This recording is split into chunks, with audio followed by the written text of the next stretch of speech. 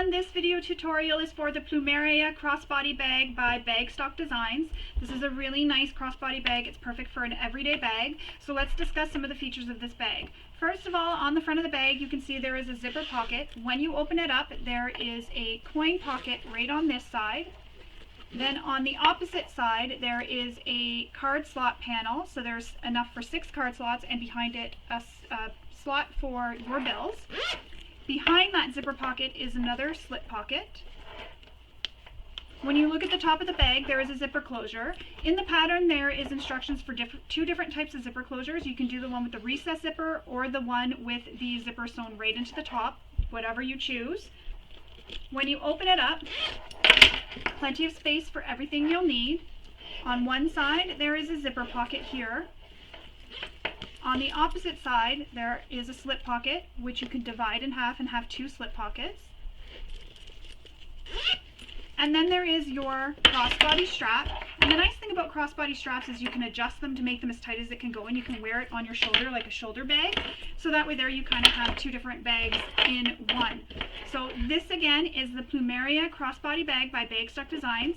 I'm going to walk you through all the steps of making this bag, and I'll share some tips and tricks along the way. So let's get started. So the first thing you want to do is read through the entire pattern. There are some notes regarding interfacing if you're using quilt cotton or vinyl, so you'll want to refer to that in the pattern. There are also some important notes that are written in the pattern for you to read through before you get started, especially before you get started cutting. One of them is that there are 2 options for the closure. There's a recess zipper and a zipper top closure. So you'll want to cut your material according to which you prefer to do. For the video tutorial, I'm going to show you how to do a recess zipper, but I will explain how to attach the zipper to the top of the bag if that's the method you are choosing for your bag. You'll also want to refer to the pattern for the seam allowances and for all the measurements of everything for where things are being placed, because in the video I do not give any measurements, not even seam allowances. So again, you will need the pattern and need to refer to that when we get to each step. So once you have read through the entire pattern and you've cut out all your pattern pieces and taped them all together, you can get to cutting. When you get all your pattern pieces cut, again, refer to the pattern for what top of zipper you're doing. So again, recess zipper for me. And because I've read through the pattern ahead of time, I've gone ahead and made some of my markings. So for example, on the zipper facings, I've gone ahead and marked my boxes. I don't know if you can see that. I've marked all the boxes that are needed on the zipper facing. I've also cut all my zippers to length, and I've marked the centers of my strap.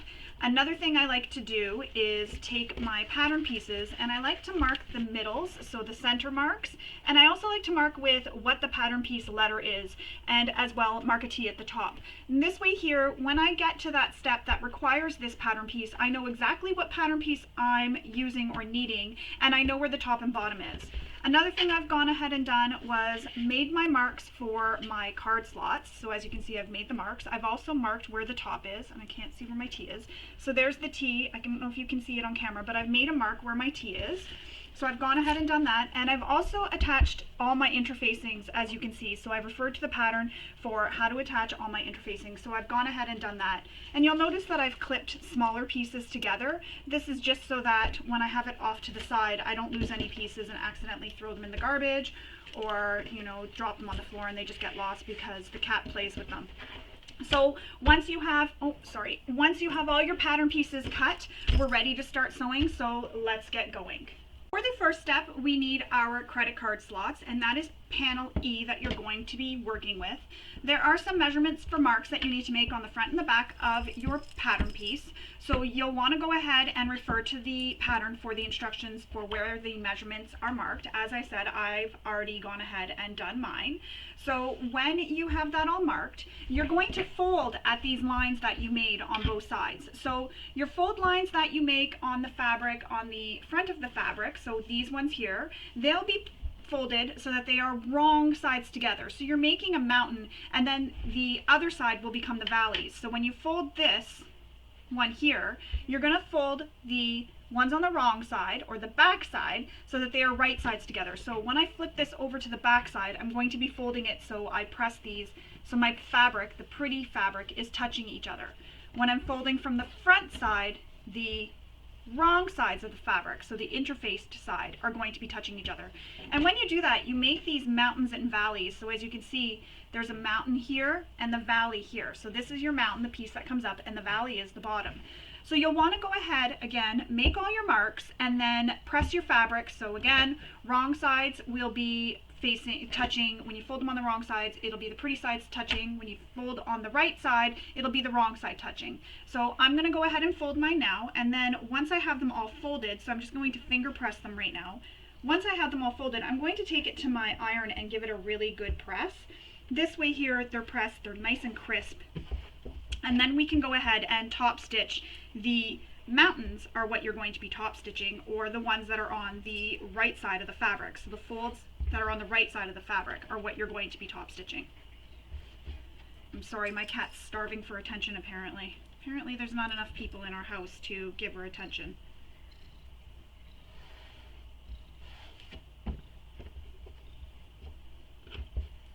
Yes, shake a paw. Watch out, yes, yes, yes.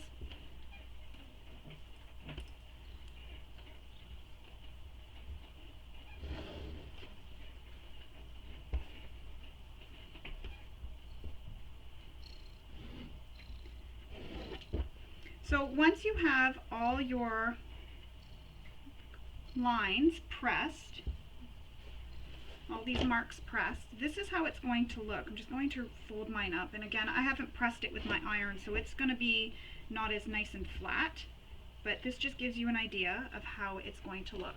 This is how it'll look. So you'll have this, then 1, 2, 3, and it'll look like that once you have it all pressed. So I'm going to go take this to the iron and I'm going to press it, and then we'll go ahead with stitching it. Okay, so once you have it all pressed, it'll look like this. We're going to go ahead and top stitch these 3 top folds here. What I recommend though before you go ahead and press that is further down in the pattern just a little bit, there's a measurement for how wide and how tall this needs to be. You'll want to go ahead and check that out and then measure your card slots to make sure that they measure the accurate measurement. This way here, if they don't, you haven't gone and top stitched. This way here you can adjust as needed. So say you're off by a little bit, you can just adjust your folds just a wee little bit and get it to the accurate height. And well, width you can't because you've already cut it that width, but you can get it to the accurate height. So I do recommend checking your measurement first and then press if you need to, repress, adjust your folds, and then go ahead and top stitch these 3 sections here. So I'm going to go ahead and top stitch mine because mine is the accurate seam accurate measurement. And I'm going to top stitch each fold.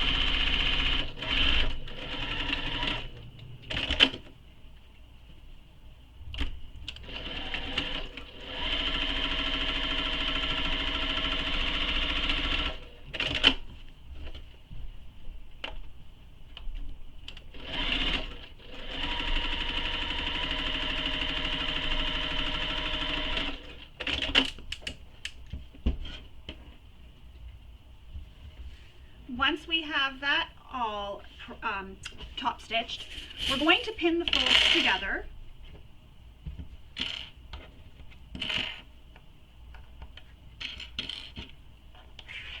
And then we're going to sew down the center. So this is where you're going to want to measure where the center is, make a mark, and then you're going to sew down the center.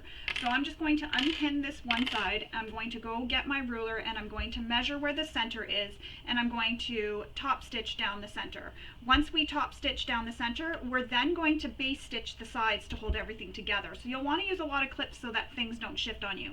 So I'm going to go make the mark down the center, and then we'll come back and we'll top stitch down here and the sides as well. Alright, so I've made my mark. I'm going to go ahead and pin this back in place. So I have this divided, so there's a center mark right down the center. I'm going to top stitch right along that mark.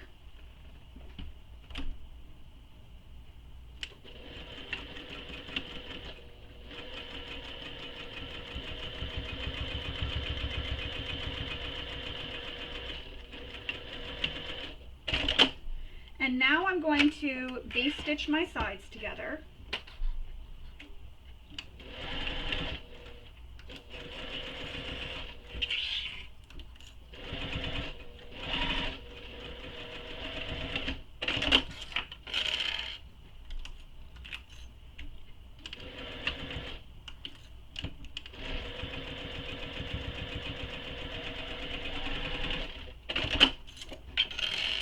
and it'll look like this once you're done. You'll have the 3 card slots on one side and then the 3 on the other.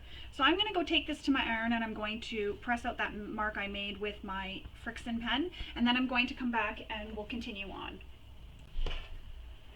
Now there is a measurement you need to make at the top from the top down, and we're going to press this to the wrong side. You're also going to do the same thing to the credit card slot backing piece, that's piece F.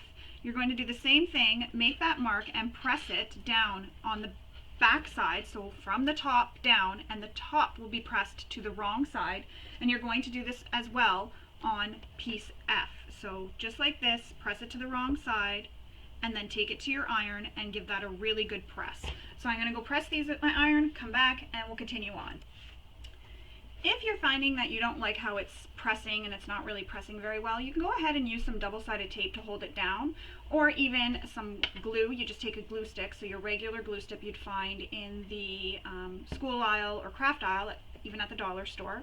Put some glue along the edge, pin it down, and then, or stick it down, and then you use your iron to dry the glue. That way there it doesn't gum up your needle. And again, it's just a washable glue stick that you get. You can get the Elmer's, any kind, and that'll help keep that pressed down.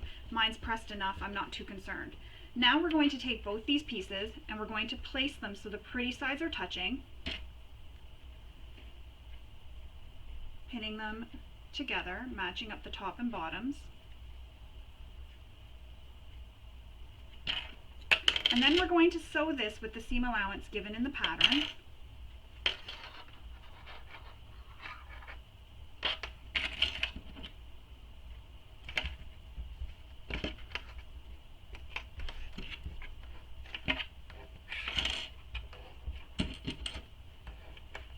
You want to make sure everything's lined up nicely, because when we go to turn this right sides out, you want those top edges lined up really nice. So take your time and pin it. And I'm going to pin along the top edge too, just to hold everything together, just like that. Now we're going to top stitch, or stitch down the sides across the bottom and up the other side with the seam allowance she gives in the pattern. Don't forget to back stitch at start and stop.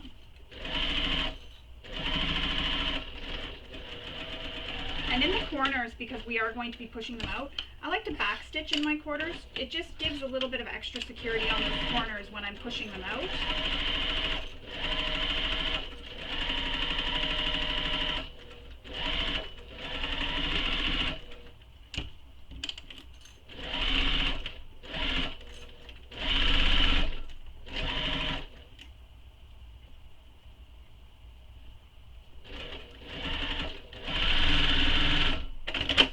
Now we're going to trim our corners.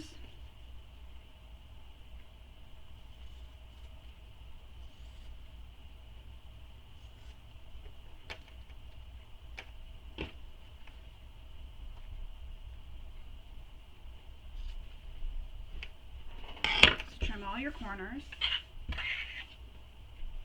And then we're going to turn this right sides out, give it a really good press, and then we will top stitch the top edge together. So I'm going to go take this to my iron, I'm going to give it a really good press and come back and we'll top stitch the top. Alright, so that's how it's going to look once it's pressed. If you're worried about the bulk on the sides here, where your seam allowance was, you can go ahead and trim that out just so that you don't catch it when you're stitching this. So now we need to top stitch the top of the card slots. So I'm pinning it all together. And then I'm going to top stitch this here straight across, back stitching at start and stop.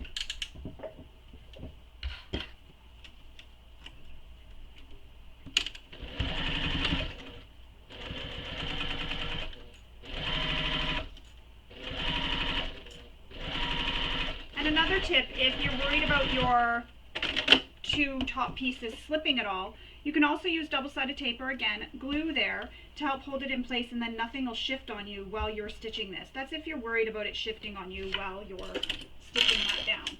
So that's how it'll look once we have it stitched. Next, we're going to grab our exterior front zipper pocket lining D. And that will look like as soon as I can find it here. This. So here it is here. So this is D. I'm using a waterproof canvas, so you'll notice that my pieces aren't interfaced because I'm using the waterproof canvas, but yours, if you're using just a quilt cotton, will be interfaced with a woven interfacing, so I just don't want to cause any confusion here. Now we need to make a mark from the top down to place this on this panel. So I'm going to go and make that mark, pin this in place, and come back and we'll sew it to the panel. So that's how it'll look once you have it pinned. So I've pinned the sides and the bottom. Another thing to note is make sure you're working from the top down and that your credit card slots open so that they're opening when you look from the top down. You don't want to have this upside down, so the openings will be towards this side, not coming up from the longer side. So now we're going to stitch down the sides across the bottom and back up the other side with the seam allowance given in the pattern. And I like to back stitch at start and stop quite a bit because there is going to be a lot of stress on those tops there.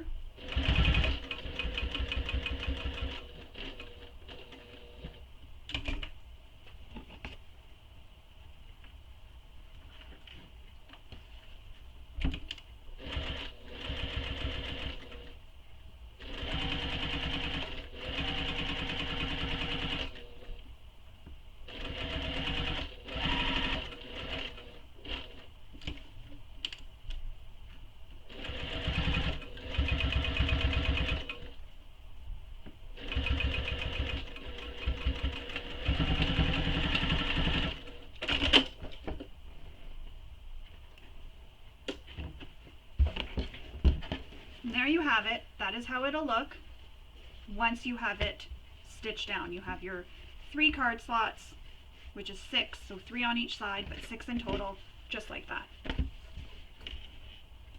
So we can place this off to the side for now. We don't need it just now. We're going to work on the coin zipper pocket. So first you need to take your zipper pocket facing G and you need to draw that square or rectangle, sorry, in the center, just as I mentioned I had done when I was first showing you all the pattern pieces. So I've already gone ahead and done that, so I'm going to place that off to the side.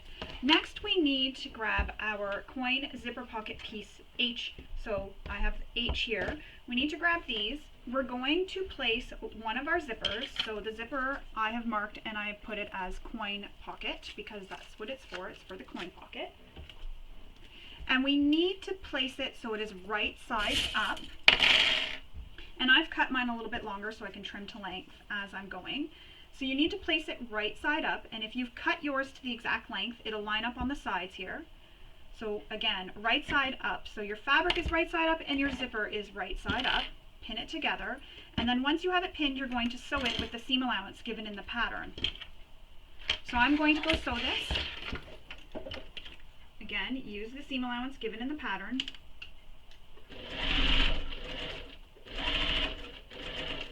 When you approach your zipper head, zip it out of the way so that you don't hit it.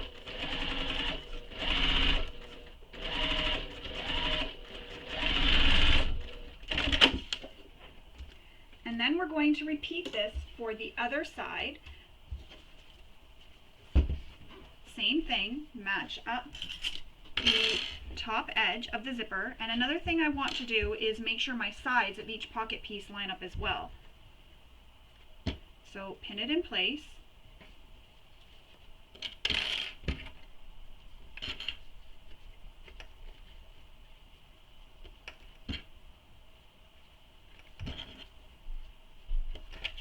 And I'm going to stitch this one as well.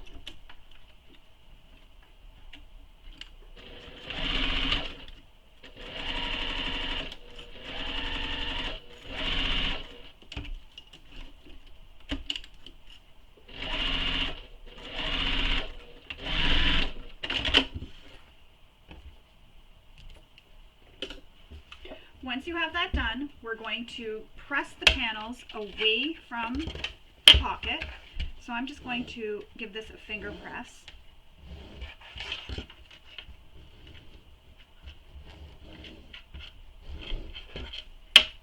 But you can take this to your iron and give it a really good press. And also, if you're worried about your zipper coming off the ends of your zipper here, coming off the end of your tape, I've cut mine longer so I have a bit more room, but you may have yours that are lined up with the sides of your zipper pocket panels. What you can do is just backstitch with a small seam allowance right at the ends of the zipper, and that'll help hold the zipper pull from coming off when you're sliding it around. So you just backstitch and it creates a bar tack or a zipper stop there.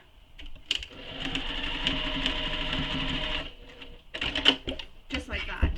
It's hard to see because I used yellow, but I backstitched at the end of the zipper. So now that the panels are pressed, so that you have, when you look at the back of your zipper, you have the pretty sides of your fabric, but when you look at the right of your zipper, you have the wrong side of the panels. Now you need to take your panel that has the card slots attached. This is panel D. You want to take this, and there's a measurement we need to make or use for where we're placing this zipper pocket facing. I have the measurement already marked, so you'll want to refer to the pattern for that. Fold your zipper facing in half once you have your measurement marked, or you just use your ruler while you're placing it.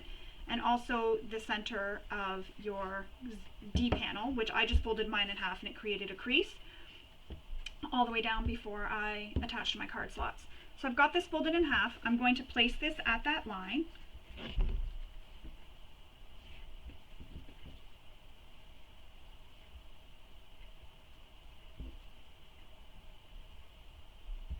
Just like that, and I'm going to pin it in place, making sure it stays centered.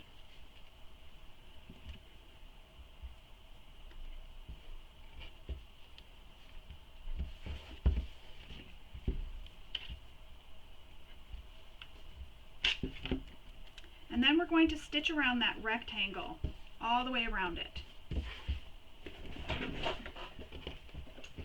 So when you're stitching your zipper facing, the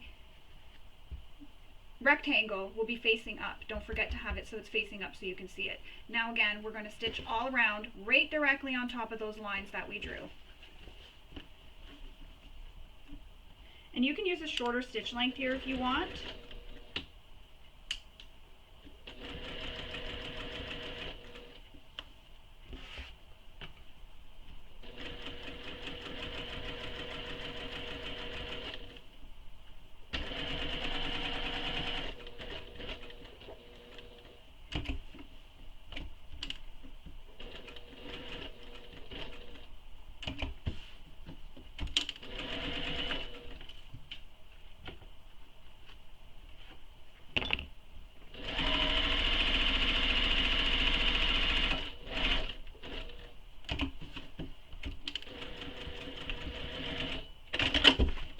Now, once you have that rectangle stitch, you're going to take your seam ripper, start a hole in the center, or right on the center line, and then you're going to cut this and then cut on the angles in the corners.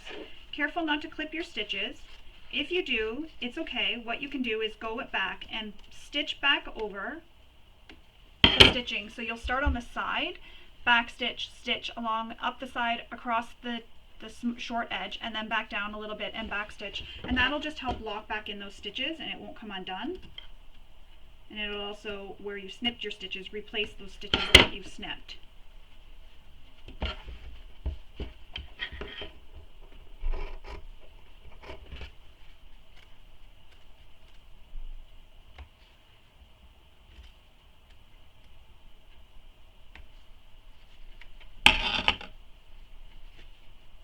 And often I can tell by looking on the back side if I've snipped my stitches. Now, before I head to the iron to push this through, I just like to give it a finger press. So press it like that. And that just helps me push it through. It's already kind of pressed a little bit. So now I'm going to push the facing through to the wrong side, and then I'm going to take this over to my iron and press it from the wrong side so that it's all flat. Another thing you can do here is use double-sided tape to help hold this down, or again the glue, add some glue, or even use some painter's tape to hold these edges down, and once you've stitched it you can then take the painter's tape off and it helped hold it all flat. I'm going to go press this and then come back and we will stitch our zipper pocket into the panel. Now that our zipper facing is pressed to the wrong side, it'll look like that on the wrong side and then that on the right side, we're going to place our zipper pocket so that it is centered in this hole. And you can use some double-sided tape on your zipper to help hold it in place. So I'm going to put some double-sided tape on my zipper.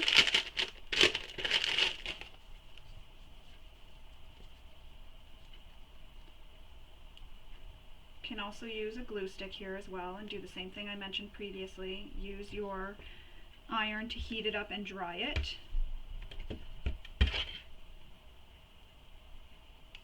And what I'm doing here is I'm doing a little fold at the beginning of the double-sided tape just to create a little tab. So I fold them so that the tape is, the sticky parts touch each other, and then it creates a little tab when I pull it back, and it makes it easier to pull the tape backing off the tape because it's not all stuck together.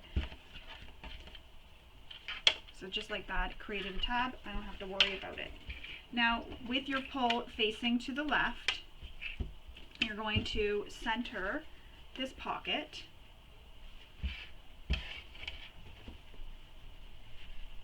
And the nice thing is your facing is the same width as your pockets. So you can just line up the facing with your pockets.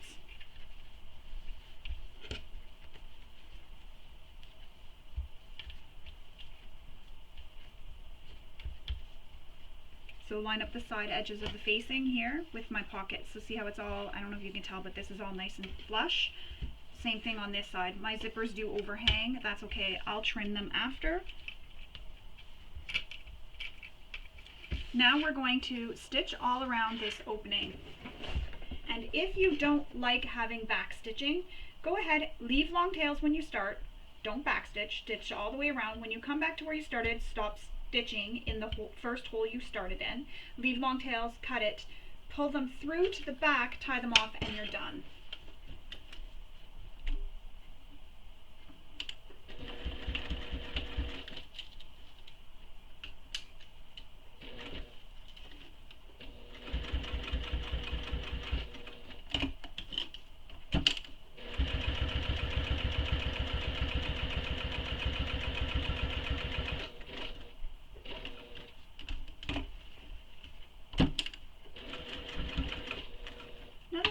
To do is sometimes back stitch here because the zippers do take a lot of stress on the ends there from opening and closing, so you can go ahead and back stitch. That's if you want that, just for that extra security.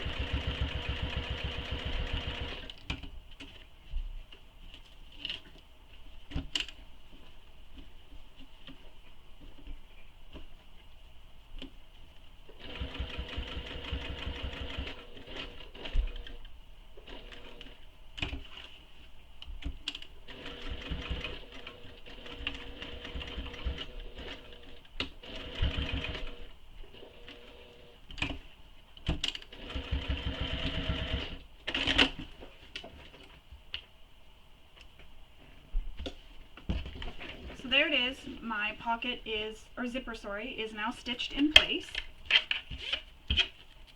Now we're going to flip this over, and as you can see, one of the zipper panels is slightly longer than the other.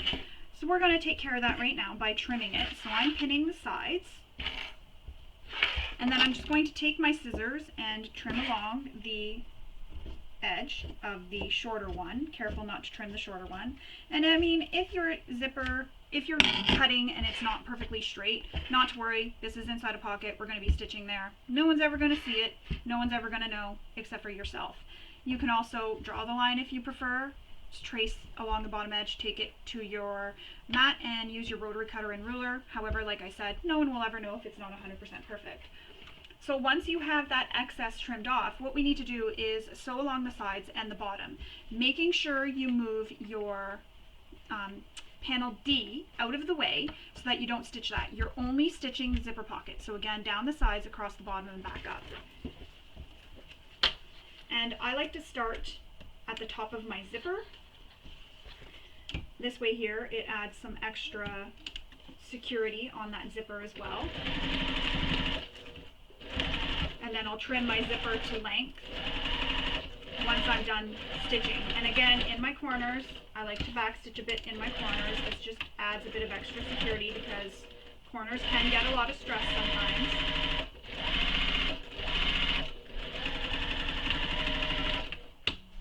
I know we're not turning this one out, but just for the extra strength in my corner.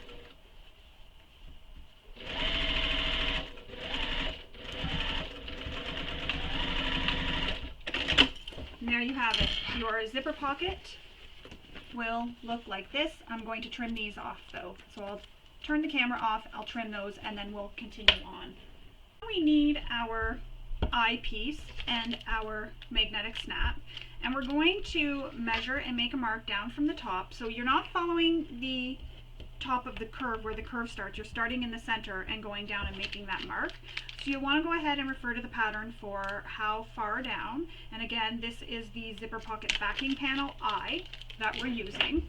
You're going to use your prong, or not your prongs, your washer, center it in that mark, and then make the lines. If you're using a different magnetic snap, go ahead and refer to the manufacturer's instructions for how to install it. You always want to refer to their instructions. Cut your slits.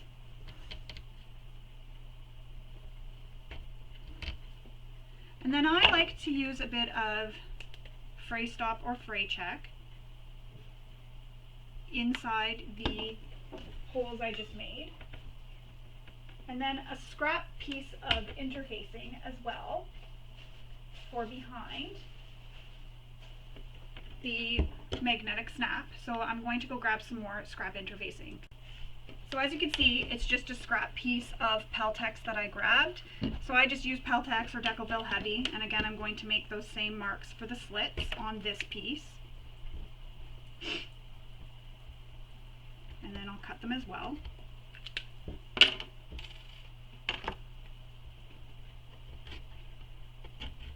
Just like that. And then you're going to insert the male half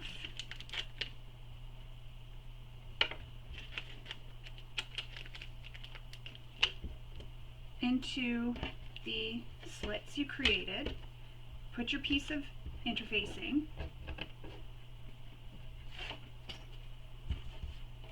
I'm just moving my label down.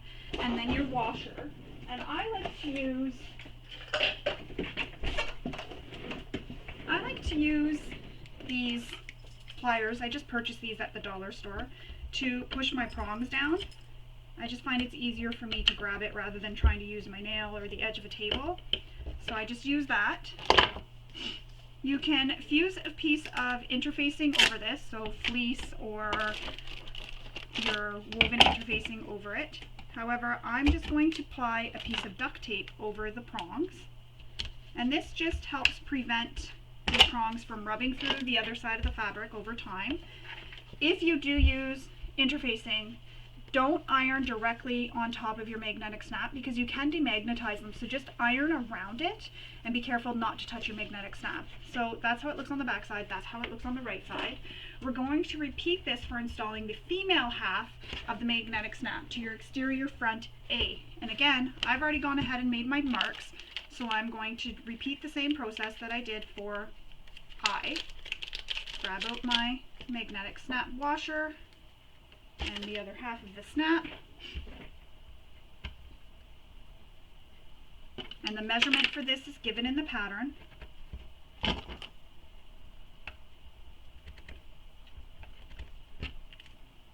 Now,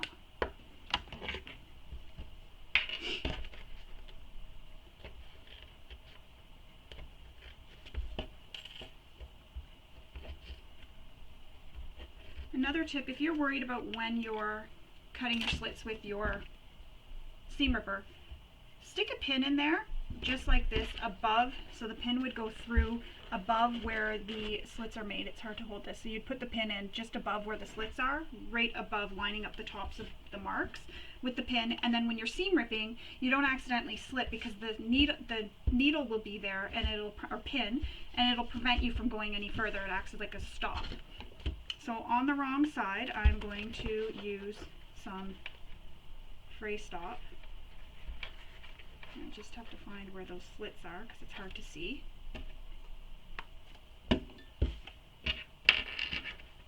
Then I'm going to insert my washer, or not my washer, my prongs through the slits I created. Flip over to the back side, add my Peltex, washer, and I fold my prongs inwards. You can certainly fold them out. I fold them in because I have had an instance where the item that had prongs that was pressed in, and it was purse feet, actually came out. It slipped out. So now I fold them in because that kind of hugs your fabric, so to speak, so it wraps around the fabric so it won't come out. So that's why I started pushing mine in. Personal preference, whatever you choose to do, there's no right or wrong way. And there we go, that snap is now attached, just like that. And they all match up. Now we're going to make a mark on this panel here where we attached our card slots and our zipper pocket, so that you know that this is the top edge right here. So I have that marked already on the back with a T. So you want to make that mark. Then you want to grab your exterior front zipper pocket C and your front zipper pocket zipper.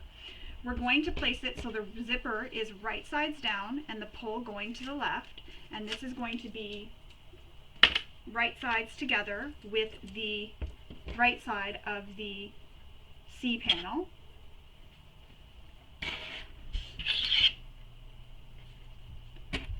Pin it all the way across the top, and then we'll sew this with the seam allowance given in the pattern all along that top edge. And again, you can do the same thing on these zippers, backstitch to create a new bar tack. So I'm going to do that now just so my zipper pull doesn't accidentally come off.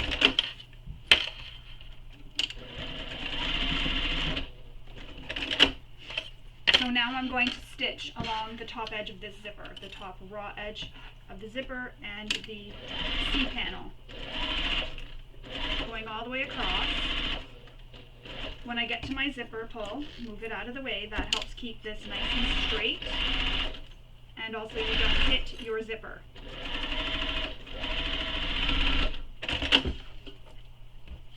Trim my threads. Now we need to grab this, oops, I just unplugged my machine. Now we need to grab that panel back with the card slots on it, and we're going to place it so our right sides against the wrong side of the zipper, but your right side of this C panel will be right sides together with the panel with the card slots. And remember where the top is? That's what we're lining up right now. That top edge is going to be at the top here. So you're going to make a zipper sandwich, so line up the sides. And again, this panel doesn't have interfacing on it because it is a waterproof canvas. And this other panel here, the exterior one, is a canvas, so I didn't need to put any interfacing. So again, it all depends on the materials you use, if you need interfacing or not. So I have that pinned all along. I probably pinned a little bit too much, went a little pin happy. However, it works for me. So now we're going to sew this right sides together, matching the top edges, and you want to use a zipper foot here, and sew with the seam allowance given in the pattern.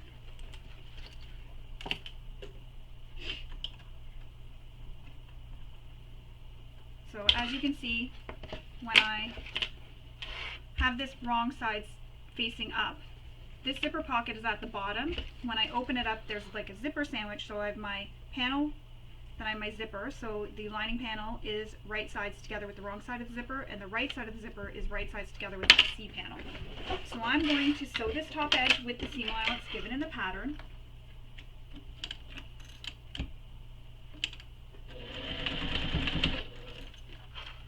approach that zipper head, slide it out of the way.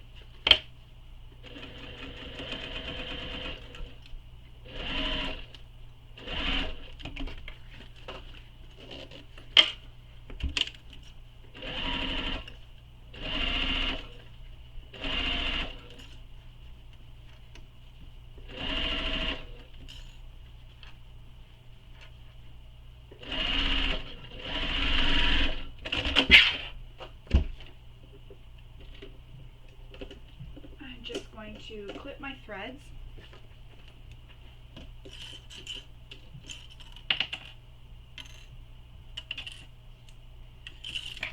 And this is how it looks once you have it sewn. So you have it all sewn together. Now we're going to press the panels away from the zipper and top stitch along that zipper. So I'm going to finger press.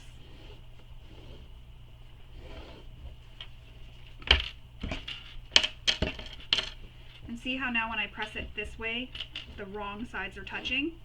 That's exactly what you want, and your zipper pocket is below the C panel. You can take this to your iron and give it a press, however, finger pressing for me works great. So now I'm going to top stitch this with the seam allowance given in the pattern.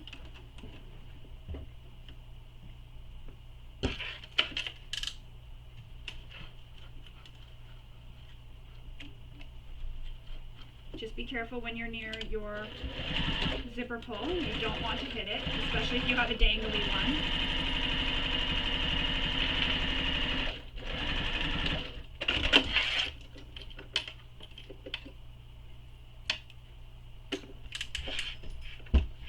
Now that we have top stitched this, the next thing we're going to do is flip it over, and we're going to fold this bottom edge so that it goes to the top edge of the zipper that has nothing attached. So just like this. And you want to line up those sides as well.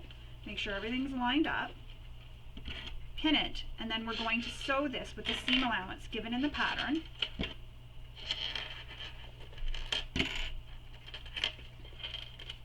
And again, where that zipper pull is, you want to shift it out of the way when you're sewing so you don't hit it. So just like that, I'm going to sew this with the seam allowance given in the pattern. And the thing about having material that doesn't have interfacing, sometimes it stretches a little bit, and that's okay. We can trim it up. Also, it's inside the bag, so you don't really see it. And we can trim it up, or just leave it and work with it. Because it is inside the bag, no one's ever going to see that. As long as you have it matching up on the side edges here, you're good. So as you can see, one side here stretched a bit on me when I sewed it. That's okay because these side edges all match up.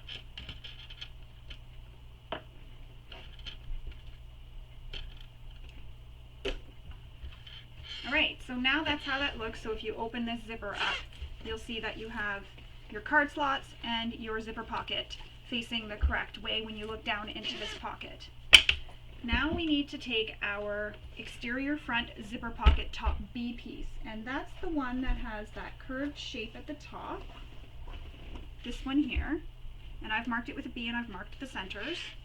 So I'm going to line up the sides because we want all our sides lined up.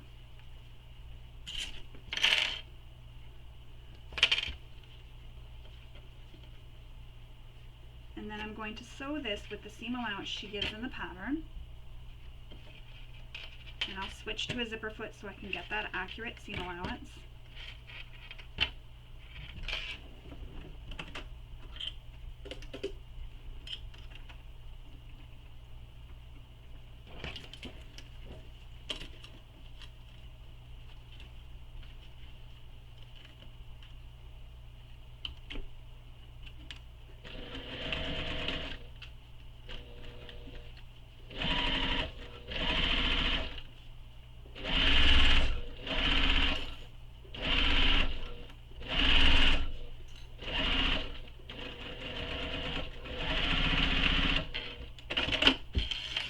Trim your threads, and then we're going to, and then we're going to flip this up so that the zipper and everything here is pressed up. So this seam allowance goes up away from the zipper. And we're going to top stitch along that seam. So switching to yet another foot because I used a faux leather. We're going to top stitch this seam. And if you used a quilt cotton here, you can take this to your iron and press it. However, I did not. So I have to press with my fingers and then top stitch and hold it as I'm top stitching.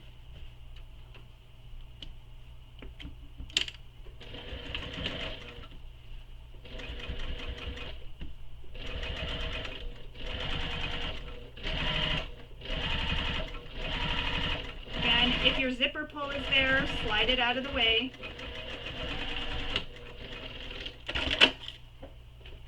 So it'll look something like that, or not something like that, it'll look like that. Now we're going to top stitch, or stitch the sides and the bottom together using the seam allowance given in the pattern. And when you're doing this, you want to make sure the zipper pull is within that seam allowance. Oops. So underneath here you're going to have a pocket, slide it so that it's in there. It doesn't hit that pocket. So you're going to want to have this in the center. And I'm going to pin all my sides together just to help hold them there. And I'm going to stitch this down with the seam allowance that's given in the pattern. And then we will trim any of the extra zipper pocket on the side so that, and the zipper tape, so that it's all even with the sides and the shape of the C panel.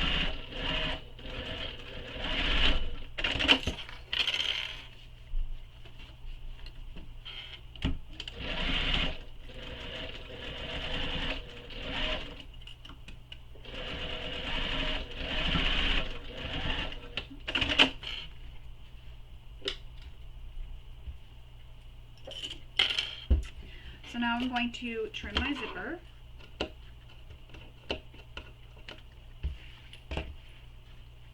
And then here is where my panel shifted, so I'm just going to trim it. And trim here.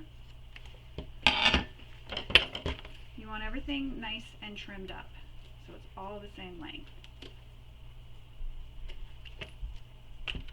Or same width, sorry. And that's how that panel looks once you have everything trimmed away. So when you look down into this little zipper pocket, this pocket here is face up on the back side and your card slots are on the front side. I'm going to trim all my little threads. Just make sure when you're stitching that this zipper pocket didn't shift on you and get caught in that seam too, because if it did, it's going to be over that way. So you want to make sure it's not in that seam. So you can also pin the zipper pocket, so put a pin through here and that'll help hold it in place for you. This front panel is now done. We can now put this off to the side for now. Sorry, we still need this panel and we need the exterior front zipper pocket backing eye piece. So you want this. So you're going to pin the exterior front pocket and the backing so that they are right sides together, and you're going to pin all the raw edges. So pin it all the way around. Again, make sure that zipper on this side is inside that zipper, inside between the seams. You don't want it off to the side. I can remove this because I know this was I'm currently using it. And as soon as I remove that tape label, I like to throw it in the garbage so it doesn't accidentally get stuck to another pattern piece. When I'm using other fabrics, darker fabrics, or a fabric that's not this waterproof canvas, often I'll just use a pencil and write on the back. I try to keep it within the seam allowance so that if anything happens you don't see it, but I just write really light when it's not within the seam allowance, especially when it's on a quilt cotton. I don't find I've ever had issues with it bleeding through because I do write very light. I don't like to use an erasable pen because I've had it where you turn something right side out and then all of a sudden that's gone on you. So I just use a pencil very lightly and I mark all my seams. And where the tops are. So now that we have this pinned all the way around, we're going to sew along this curved edge here with the seam allowance given in the pattern. So I'm going to go ahead and sew that, and I know I've pinned on the sides and everything, but that's just to keep everything all nicely together.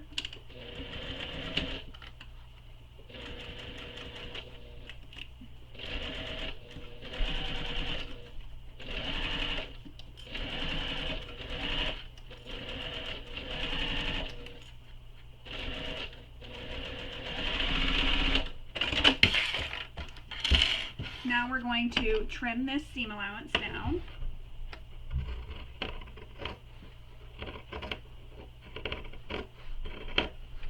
And then we're going to flip the panels so they are right sides together.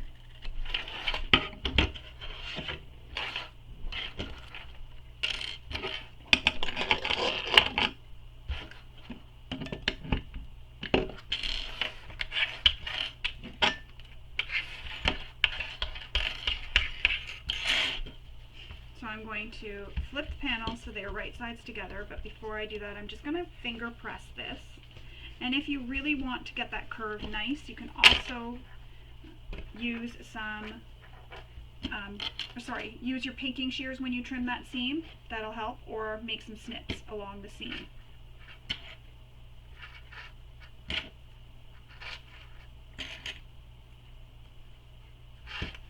So I'm just pinning this.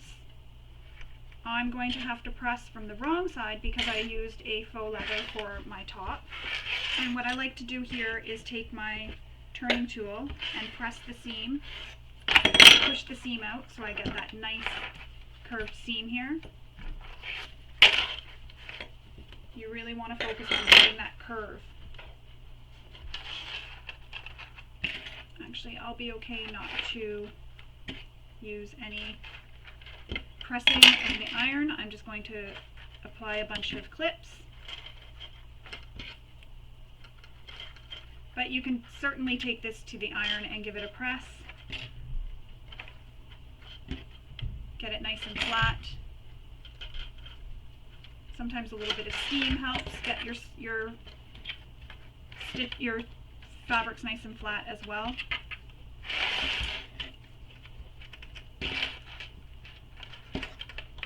And yes, I'm going a little bit pin crazy. I want to make sure nothing shifts on me.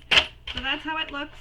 Now we're going to top stitch this top edge, and then we'll baste the 3 remaining sides together. So again, top stitch your top edge, and then baste those sides and bottom.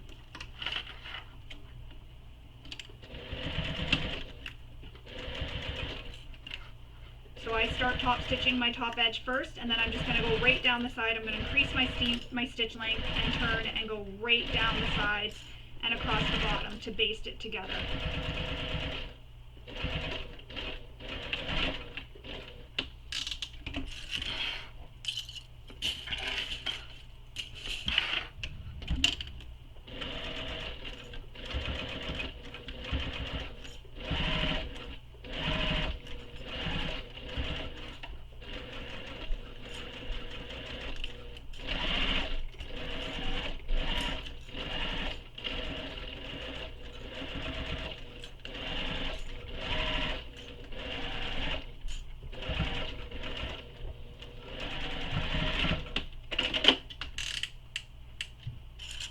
Always return your stitch length back to your normal length you use for stitching.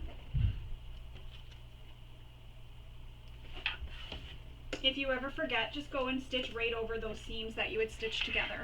So now all 3 sides are stitched, just like this. It'll look like that. Now we need to take our exterior panel A, and we're going to snap the magnetic snap together, and we're going to pin the bottoms and the sides, and we're going to sew along those raw edges to baste it all together.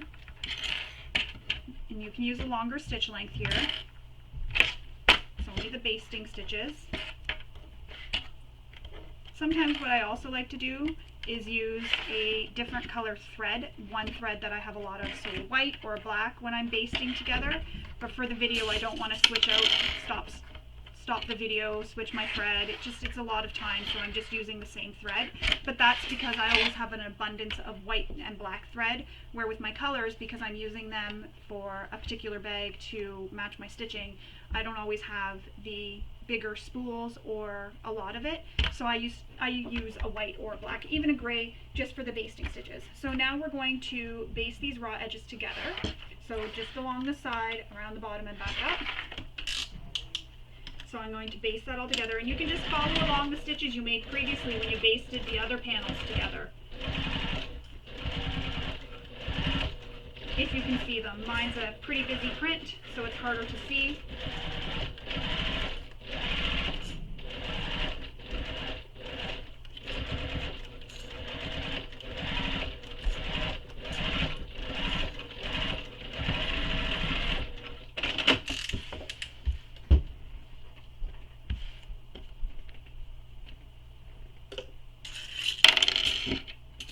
And there you have it. Your front exterior is done, basted together. You have this pocket with the snap, then you have this front zipper pocket with your coin pocket and your card slots right there. This is now done. We can move on to the next step. For this next step, you need your connectors and your D-rings, 2 D-rings. So on the wrong side of the connector, I drew a line down the center, and then I'm going to press my long edges in to meet that center mark.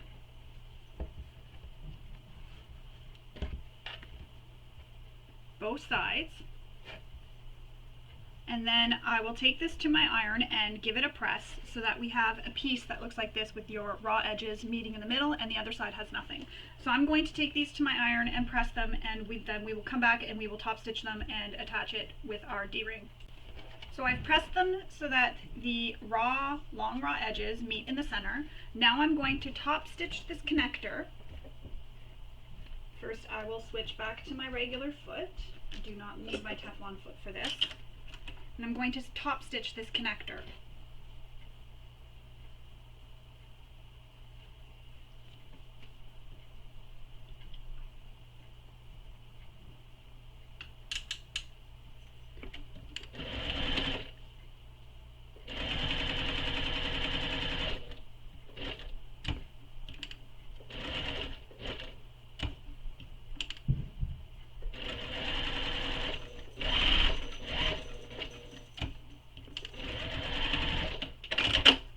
I'm going to repeat that for the second connector.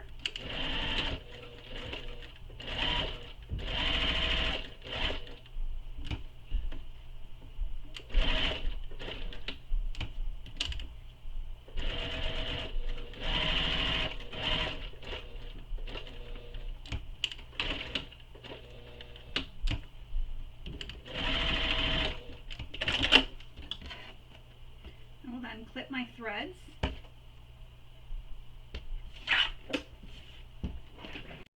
So this is how they look when they're top stitched. You have the raw edges in the center.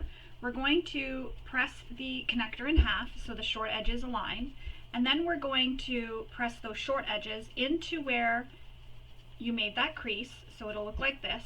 So your raw edges meet in the middle. We're going to slide our connector into the crease of one of those sides and add a clip. Now, what I'm going to do here is I'm going to use some double-sided tape to help hold this in place so I don't have to worry about clips, especially when I'm sewing this to my side gussets. Just some double-sided tape will help hold it down, hold it all together.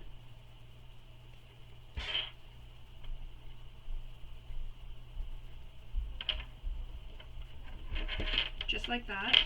Oops, tape didn't quite stick down. Alright, try this again. So I'm going to apply the tape all along the edge, or the middle of the connector. and then I've got that one pressed down. And I try not to put the tape near where the D-ring is because I do still want the D-ring to be able to move freely. I don't want it to be stuck down. For some reason my tape doesn't want to stick to my connector. There we go. Alright, so fold in so they meet in the center and press. Then I'll add some clips just to help hold it until I get it onto my bag. It'll look like that. So repeat that for the other side. Keep losing where the start and stop is on this tape.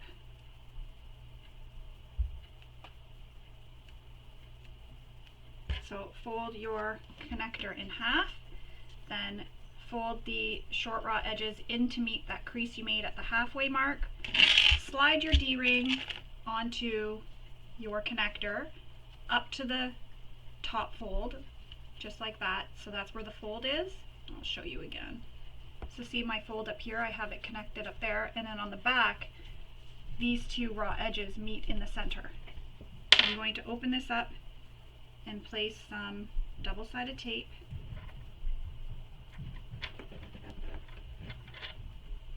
just like that. And then I'm going to use the double-sided tape to help hold this down. And then some clips, just like that.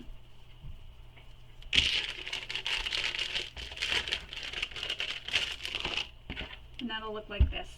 So the raw edges are here in the center, they've met in the center here. And then you have your clip, the D-ring at the top. So we have both of them made. Now what we're going to do is take our gusset, the exterior gusset, and you need to make a mark from the top down, centered. So I've already made those marks previously before I even started the video. This just saves me some time when I'm recording. There's some marks that I can't make and I have to stop recording for, but this one I knew I could make it now. So I've made my mark. I'm going to place this so that it is the top where the connector is. This top part here, right on the connector. This part, right here, this edge, so here's my D-ring, this top of the connector here, lines up with that mark I made on my panel and centered. Once you have that placed there, if you're like me and you used a material for your gusset or for your connectors that you can't pin, you can go ahead and use some double-sided tape. However, I'm okay with pinning through the middle of the connector because my connector is made with canvas, so I can go ahead and pin the connector because the pinning, you're not going to see it through this side, through the faux leather, because the connector will be covering it. How many times can I say connector in a sentence? So I'm going to pin this in place, and it's a little bit too thick, I can't. So I'm just going to hold this as I pin it centered, or as I sew it, I mean, and I'm going to sew all the way around, and I'm going to get as close as I can to this D-ring. So a zipper foot is really helpful for this, to help you get nice and close. And because we did the top stitching previously on the connectors, you can actually just stitch right on top of those stitchings that you made when you top stitched your connector. If you want, you can use some double-sided tape to help hold this down. I'm just going to hold it with my hand and stitch it in place.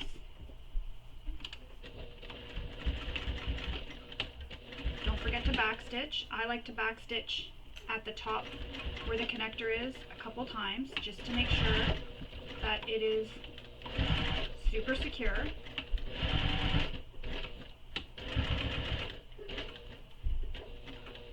Now, when I'm coming back to stitch down the side where my connector is, the connector is going to be pushing my presser foot up like this. Oops, I just dropped some glasses. The presser foot is going to be up on top of my connector. So I usually hand crank here just until I'm over that area where my D-ring is so that my presser foot becomes flat.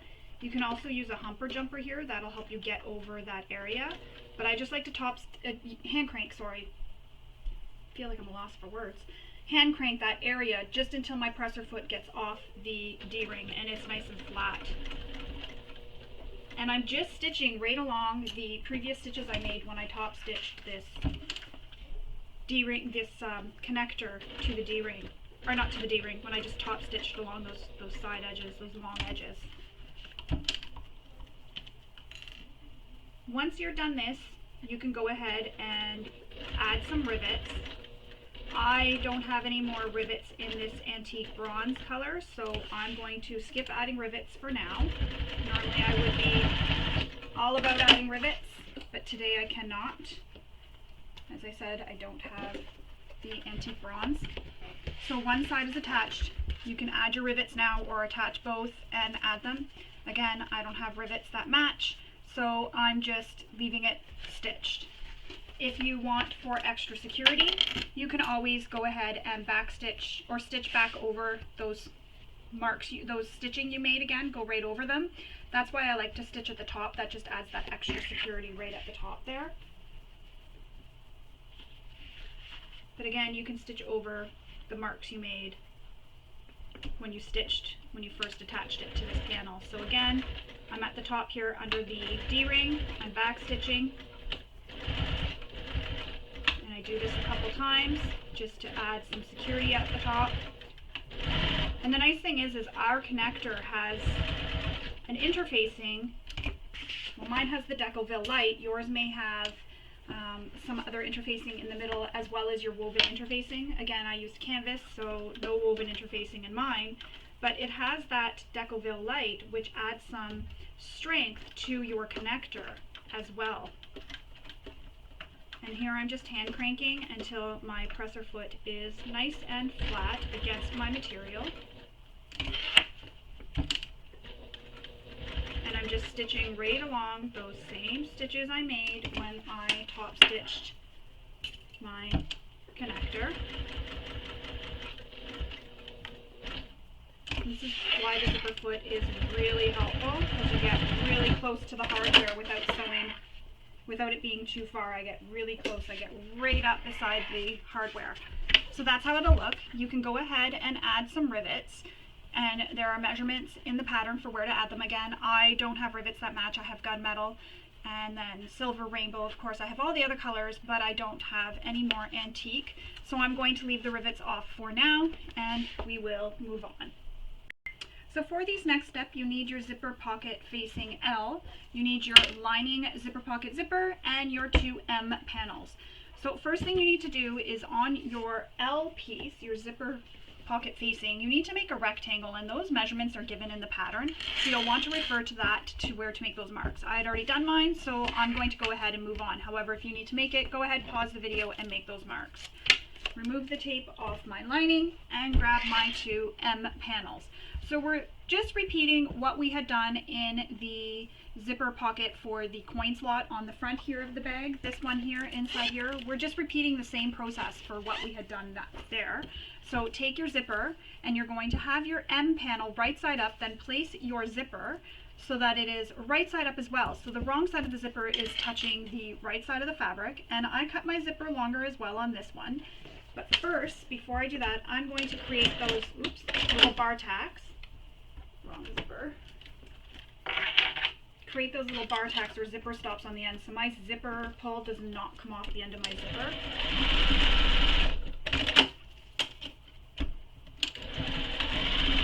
This is just a precautionary step. So again, zipper right side up, pin it in place, and then sew this with the seam allowance given in the pattern.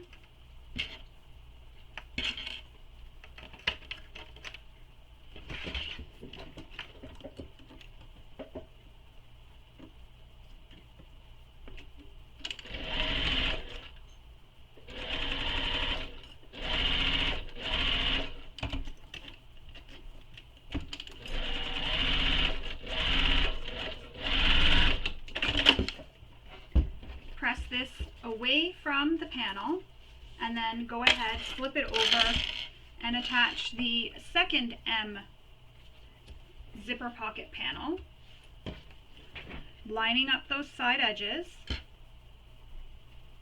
You want to make sure everything's lined up.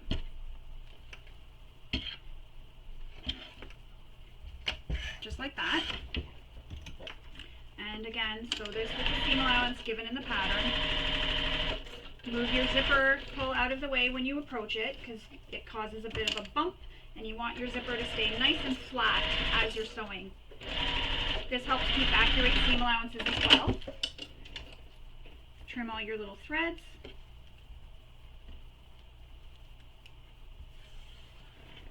I wonder how often I'm actually hitting the garbage when I push them off the edge of the table there. So I'm going to press these. You can definitely take this to your iron and press it, but finger pressing works just fine for me. Now we need to get our lining panel. So we need to get the lining K, one of our lining K panels right here. So this is the wrong side.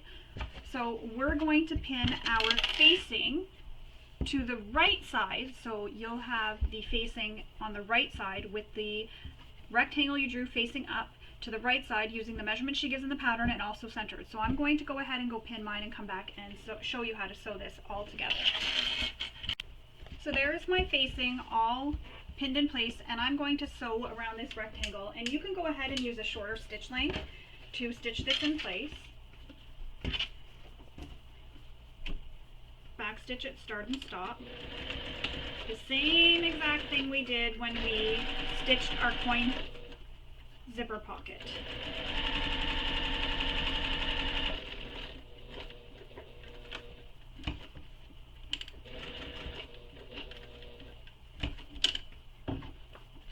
I really enjoy adding zipper pockets. I used to be afraid when I first started sewing of zippers, and now I add extras in bags when they only have, say, one zipper pocket. I'll go and add extras because I love zipper pockets. Helps keep me organized too, especially now that we have to carry so much extra stuff like masks and such. And then I have medications and everything else that I need to carry. So I love having zipper pockets. It keeps my bag nice and organized. So now that we've done this, we're going to start a hole in the center. And then we're going to cut until we get to the corners, and we're going to cut a V in the corner. So don't go right up to the corner, right up to the end with your cutting. You're going to go on a V into the corner. And as I mentioned previously, if you cut those stitches in the corner accidentally, you can go ahead and re-stitch it. So same thing, you'll start on the side here on the long edge. You'll start back stitch, come up to the corner, go across, back down, and back stitch. You don't have to stitch the whole rectangle, just where those corners are. You really want to back stitch. Re-stitch. And this will just reinforce where you've snipped the stitches so that it doesn't come undone. Because I'm sure many of us have done it before. And then when I flip to the back side, I can actually see if I cut any of my stitches, and I haven't. So same thing I did the last time. Just like that, pressing them, and then I'm going to take this to my iron, press it. You can use double-sided tape to hold this down, masking tape, whatever you prefer after you press it. It presses really good for me, so I'm going to go and press this with my iron. So you push this through to the wrong side and press it, and then we will install our zipper pocket. Now that it's pressed, as you'll see, the zipper facing went to the wrong side. That's the right side of my panel. We are going to grab our zipper pocket that we constructed with the zipper, and we're going to put some double-sided tape. I have two different widths of tape. I use a 1/4 inch and a 1/8 of an inch. There's also 1/2 inch tape. I just use these two, and I get them from Amazon. I've had other brands that I use as well. Friends will suggest different kinds because they're cheaper, so I'll try them out. So this is one I've just been using for the last couple of bags that I've made, and I like it. It doesn't gum up my needle at all. I haven't had an issue with it gumming up my needle. And this one is called, I have no idea. Here's what it looks like. Score tape. And this is the 1/8 of an inch. And again, it's from Amazon. And I'm in Canada, so it'll be different prices. I don't actually remember what the price was. My husband has the Amazon Prime account, which is awesome, next day shipping, and he just orders them for me. And that's my cat playing in the background. We have a little tunnel that she loves. She's always playing in it, and then she'll come over and bug for attention. It's my other cat, the one you never see on camera, the little black kitty, and she's super shy. So same thing as we did with the coin pocket. You're going to line up the side edges of your facing with the side edges of your pocket, centering that zipper in the opening. Get everything lined up, press it down, get it centered where you're happy with, and then you're going to stitch around this box. And as I mentioned previously, if you don't want back stitching, go ahead, leave long tails, and then stitch all the way around. When you get back to where you started, stop, leave long tails, and pull them through to the back, tie them off. Don't forget to move your zipper pull out of the way as you're stitching near it so that you don't hit it, especially if you have a dangly one like me. And when I get to this end where the zipper is, often I like to backstitch because there is a lot of stress put on that area when we're zipping. So I just like to have that extra security. I don't know if it's ever happened that it has broken. I don't want to find out after I make a bag. I don't want to find out that it, you know, undoes.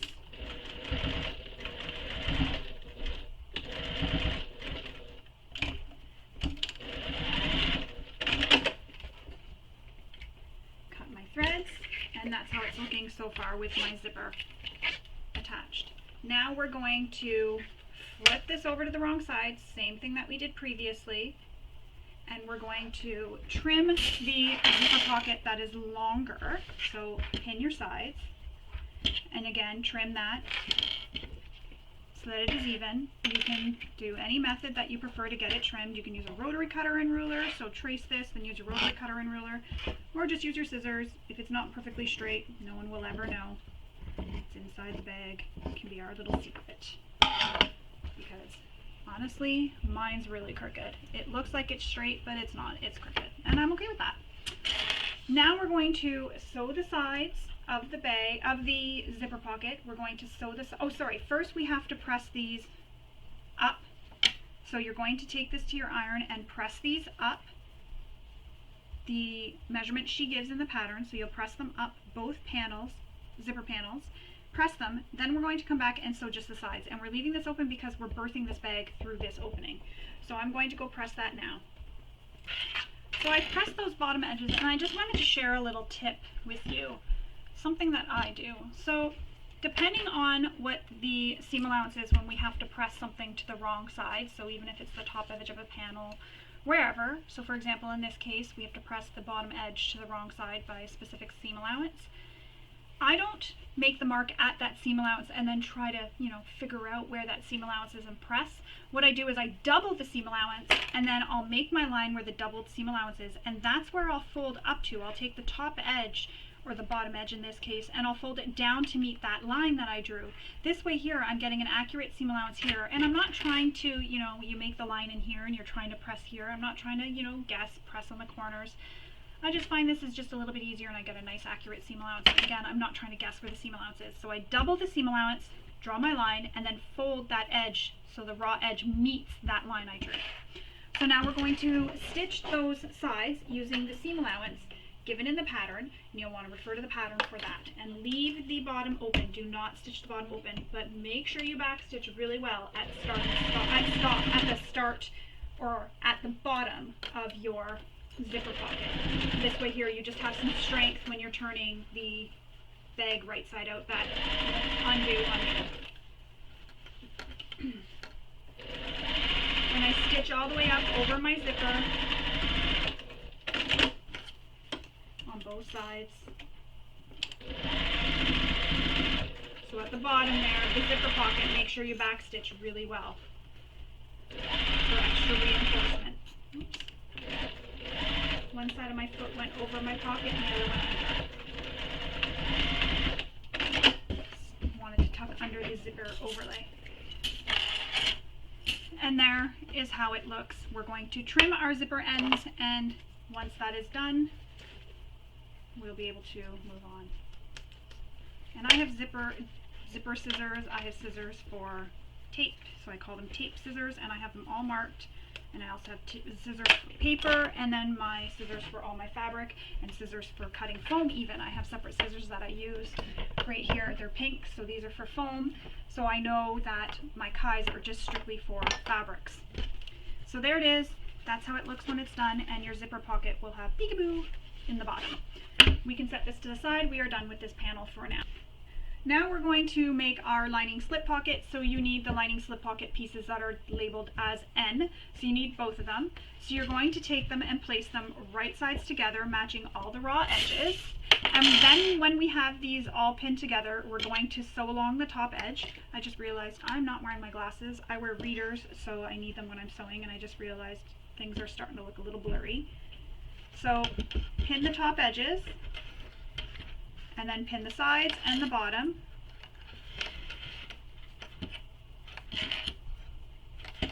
Pin all the way around. It's just hard because they're readers. My computer is over there, so I have to wear them like a granny. So you have to wear them down. Like how my kids say I look like a granny when I wear them like that. It's kind of funny.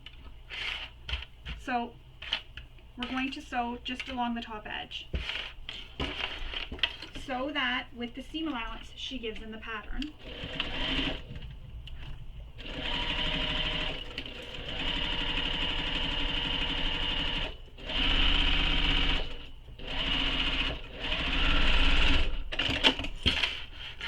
Oh, I forgot to remove my labels.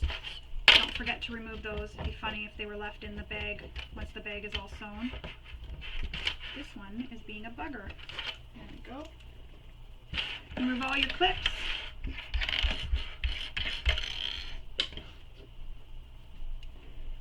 And then we're going to flip this so they are wrong sides together. So once I do that, I just finger press it first. And again, I'm using a waterproof canvas, so that is why you're not seeing any interfacing on the wrong sides of my panels. So I'm going to take this to my iron and I'm going to give it a press, but first I'm just going to use my turning tool here to really press out that top edge seam. Actually, my kids say I look like Tweety Bird's mom with these glasses on when I wear them like that. I just thought of that because of the yellow. So I'm actually okay not to press this with my iron. It's nice and pressed, so I'm just going to place my clips again along the sides. So we're going to top stitch that top edge.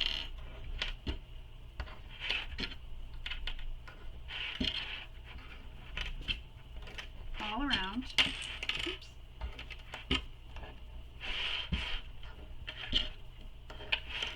So we're going to top stitch this top edge, and then we're going to baste the sides together. So I'm just going to top stitch and then just go right to basting the sides together. And when you baste them together, you can use a longer stitch length than your top stitch length. Don't forget to back stitch at start and stop though.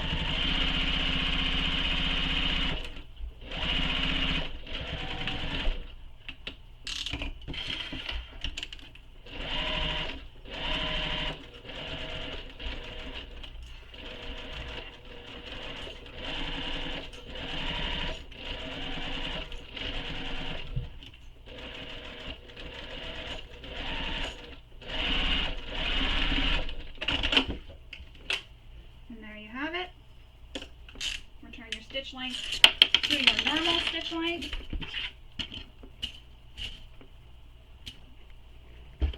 And now we're going to take this finished slip pocket and our final lining K.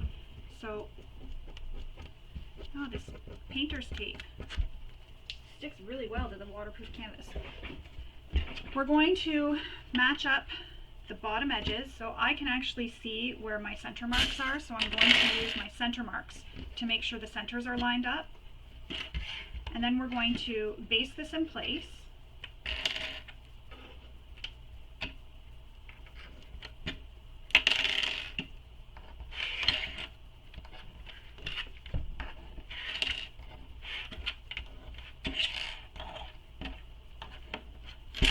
So we're going to baste these sides again. So stitch length long as well.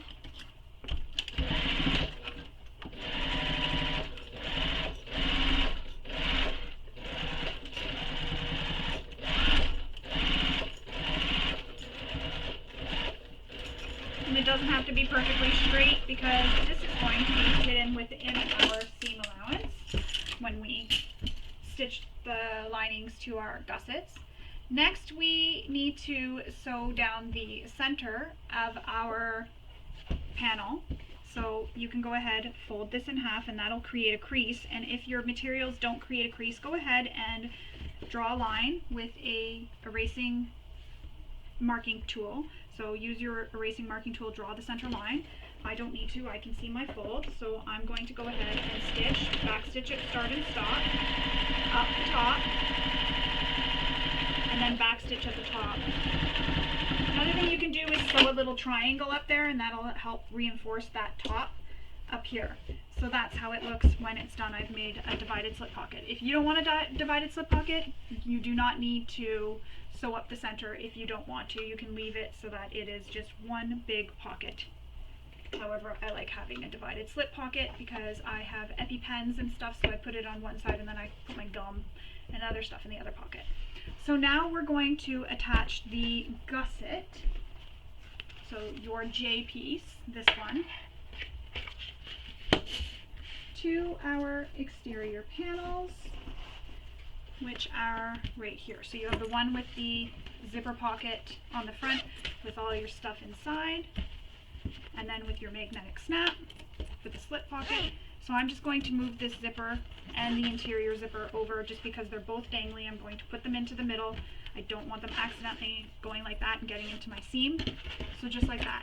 So if you haven't already, go ahead and mark your centers. If you haven't done so already, just use your pattern piece or fold in half and mark your centers.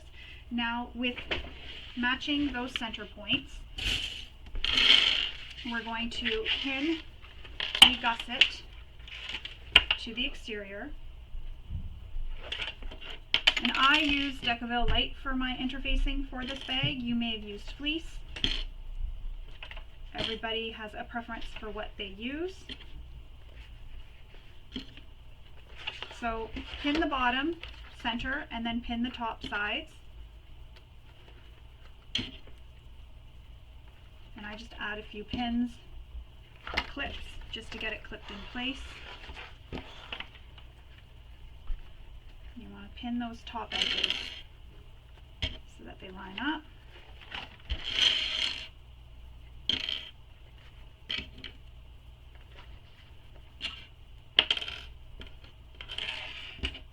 And then once you get it all pinned, we're going to clip the corners, make little snips into the corners, into the seam allowance, and this will help the gusset spread out, so when you're sewing in those corners you don't get any puckers, and it just helps you get the gusset and get a really nice gusset. I don't recommend skipping that step. It does truly help. Sometimes I do skip it. I don't end up with issues, but for the videos, definitely do it. And if this is your first time sewing a bag that has curves like this, I definitely recommend it. It will help, and you won't feel like you have to fight with the bag around those curves. And I use a lot of clips as well just to hold everything. And as I'm sewing, what I do is I don't remove the presser foot. Don't remove the presser foot. Of course I don't remove the presser foot. I don't remove the clip until the presser foot either touches it or is close to it, so that nothing shifts on me. Keeps everything all perfectly in place for me. Because I tend to worry that things will shift, and I don't want anything shifting. Some people like to do the staple method on the curves. If you're using the staple method, you will want to, there, I just did it. I tried to look at the computer with my glasses and it's blurry. If you use the staple method, just be careful not to sew over those staples. You don't want to break a needle or damage your machine. So just be very careful. So here I'm just making snips into the seam allowance on these curved edges so that it helps it lay nice and flat, and I'll show you what I mean. So see how this side I kind of have to push? This side just went as soon as I made those clips because it helps it open up soon as I made those clips, it laid nice and flat. And I don't just clip on the curve, I kind of go a little bit further out just to make sure it gets that extra room that it may need. Oh, that's because there's a lot of layers there. So make some snips within the seam allowance. Don't go any further than the seam allowance. And you know where the seam allowance is because your interfacing on your gusset is right where you're going to be sewing against.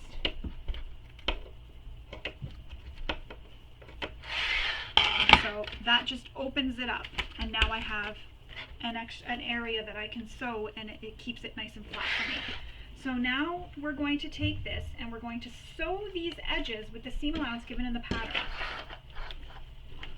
And again, where this D-ring is, just be careful that you don't have it sort of in the way. It should be more than clear of the way. Oh, I still have my marks here I never got rid of. I'll go back and take those off. So I'm going to stitch this in place with the seam allowance that's given in the pattern. And then once I have it all stitched down, I'm then going to trim my seam allowance down to about half. Just make sure your stitch length is not how mine was, which was the stitch length I used to base stitch. If it is, change it.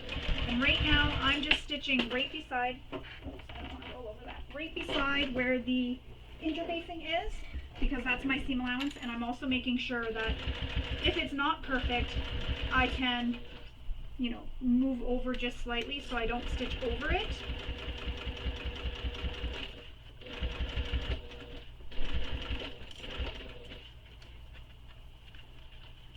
Paying special attention to the curves, so just take your time on the curves, one stitch at a time.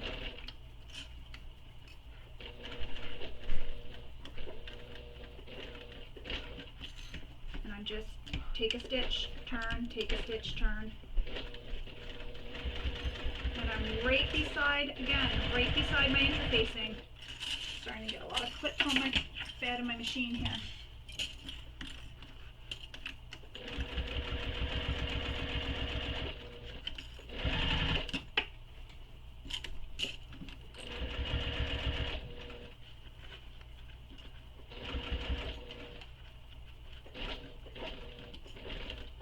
And if you have to lift your presser foot up to turn your material, or turn your bag, sorry, go ahead and lift your presser foot up, take your turn. Just take your time going through those curves.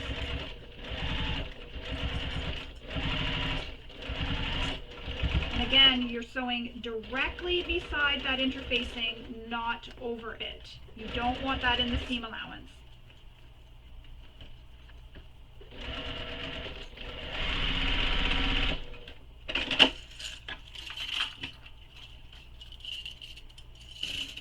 So I sewed with my gusset up. If you find it easier to sew with the panel up, it is easier to sew with the gusset up because I can see where that interfacing is.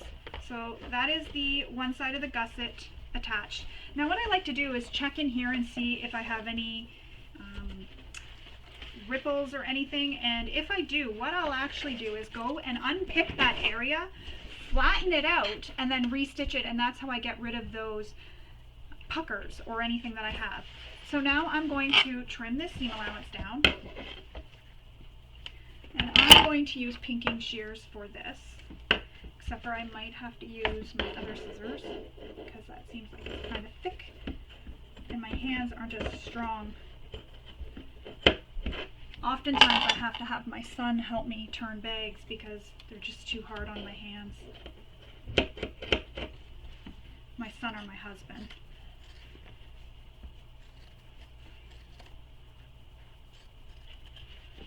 So I'm just trimming my seam allowance down, and this will help your bag push out nicer in these edges here.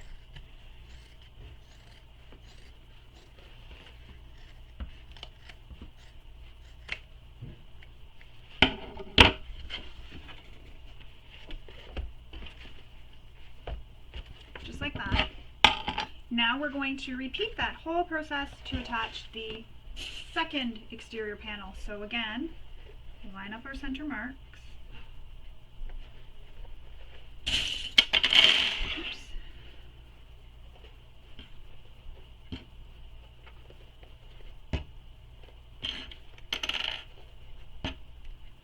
paste some clips. And you'll notice too when I stitched, I didn't stitch my seam allowance on the gusset as well, on the panel as well. I didn't get any of my seam allowance there. That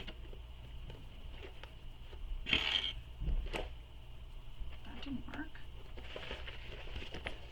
Pinning the tops and then continue easing in the rest of the way.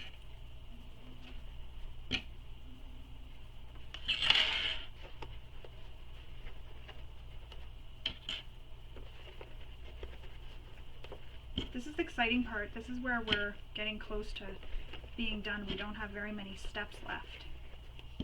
And especially if you're just doing the top zipper closure, then you have even less to do.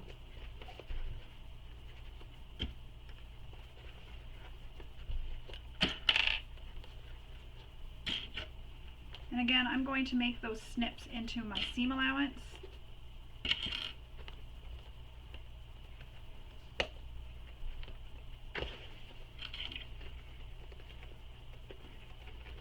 And that'll help everything spread out nice for you. Oops.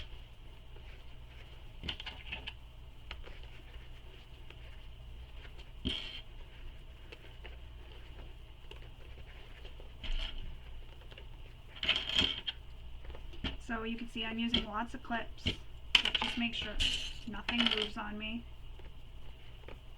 while I'm sewing. Especially these curves, you want to keep these curves nice and crisp. So we'll flip into the seam allowance. As I said, I don't go right at the curves, I go just above and just beyond them.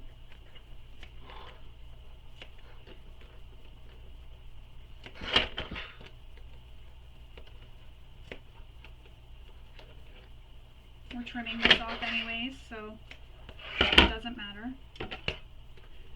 And I use my clips as my spacing. For where I make my cuts.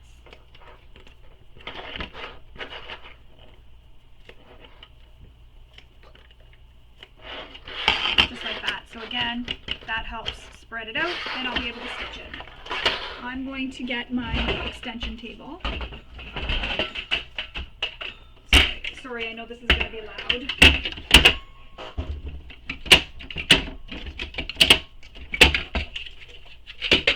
Place the extension table down, and then, so place the extension table down. Now I'm going to again sew this gusset side up with the seam allowance given in the pattern.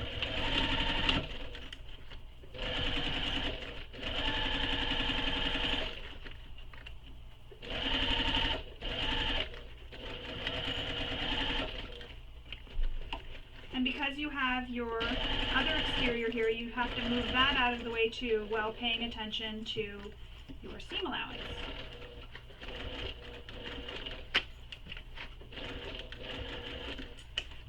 Just take your time.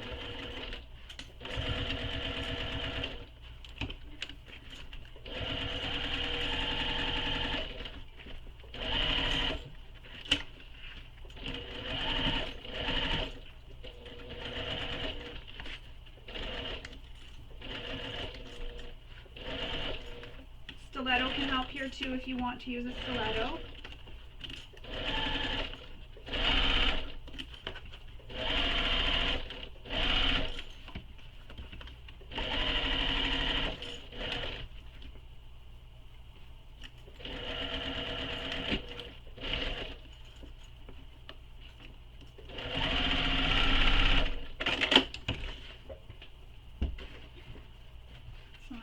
To look inside before I trim my seam allowance. I kind of went a little off there, so I'm going to just stitch over that so I get a nicer corner there, or curved edge there.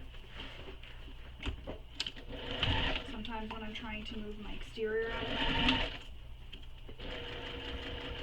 I kind of jump with my machine off a bit.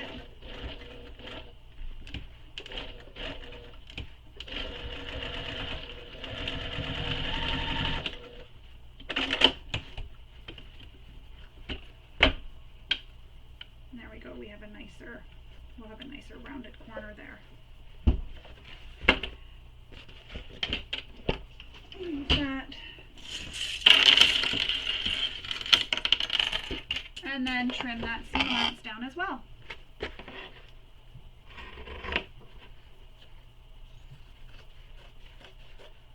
And again, I felt inside. I didn't feel where there was any puckers when I felt inside. Hopefully there isn't any when I go to turn the bag right side out. But if there is, same thing. Unpick the stitches in that area, flatten it out, and then repin and resew.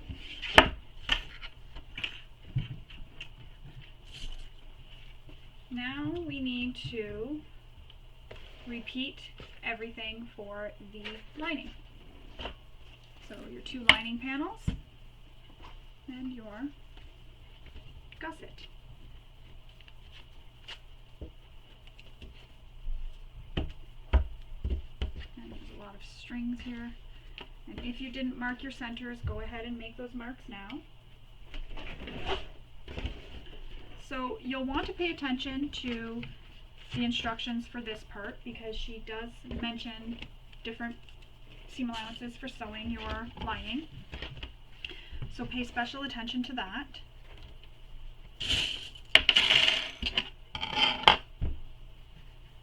So clip the centers together, and then you're going to go and pin the tops together. And then you'll ease the rest of the way. And same thing, we're going to make snips in those curves to help it lay flat when we're stitching.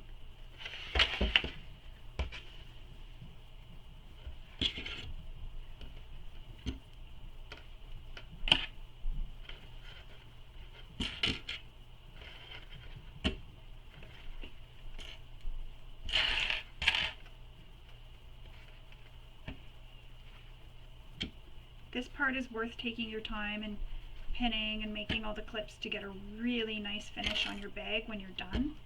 It's really truly worth all the effort.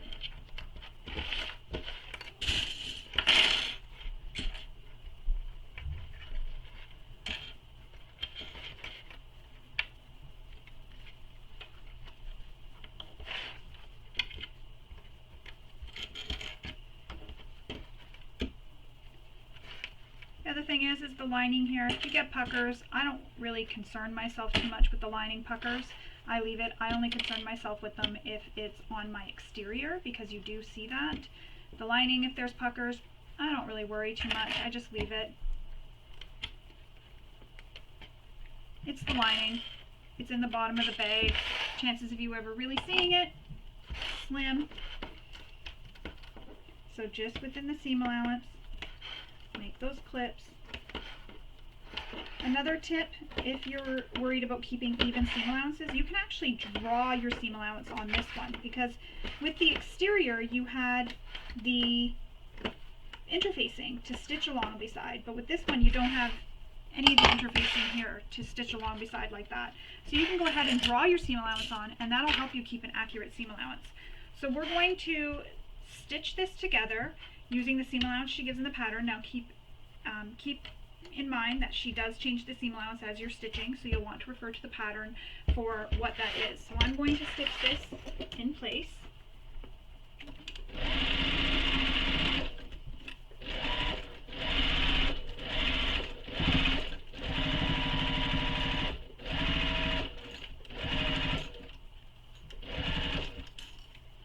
And here's where you want to flatten out so you can avoid puckers.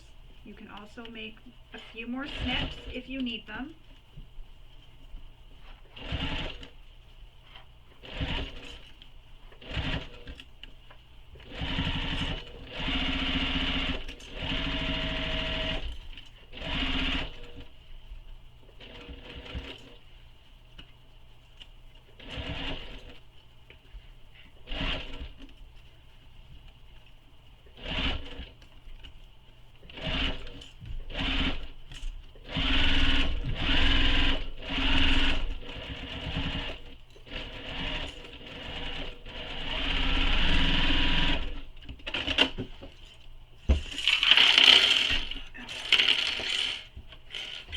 now we're going to trim this seam allowance.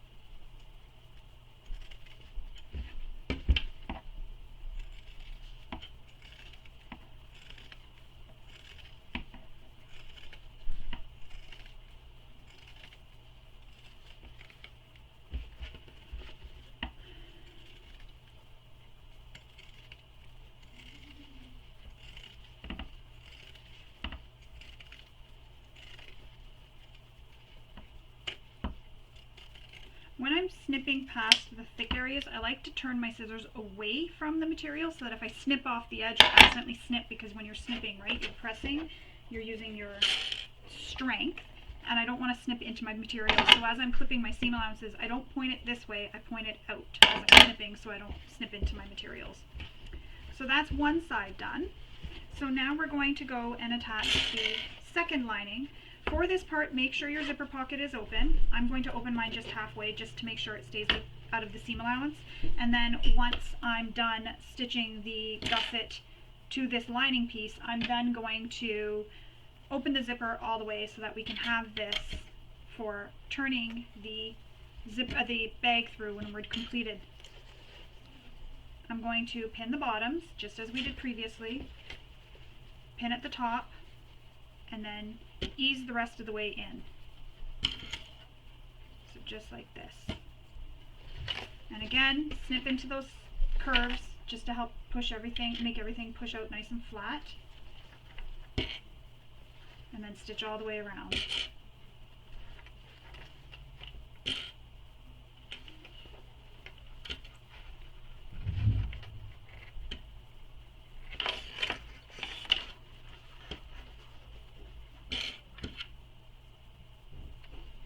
And again, when you make those clips in the curves, only clip into up just before the seam allowance, not right up to the seam allowance, before the seam allowance, because you want to make sure that it doesn't accidentally start pulling into the seam allowance if it starts to fray. So I just do it, just a little bit. I don't want to go right up to the seam allowance.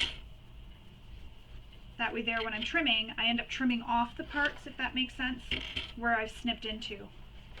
And then the rest of it stays intact. So you don't want to sew over your zipper pocket. So what I'm going to do is I'm going to clip my zipper pocket up this way so that I don't sew my zipper pocket. So I'm just going to clip this up here, keeping it out of my way while I'm stitching. And again, with your gusset facing up, my extension table back, because it has a bit of weight here.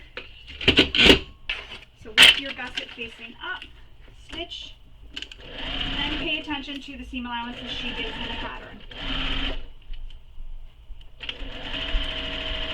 I didn't make my snips, which is okay, because I can go ahead and make them now. Some people like to do this as they're sewing along. Some people like to do it before, so I'm going to do one side at a time. And it just really helps that lay nice and flat for you.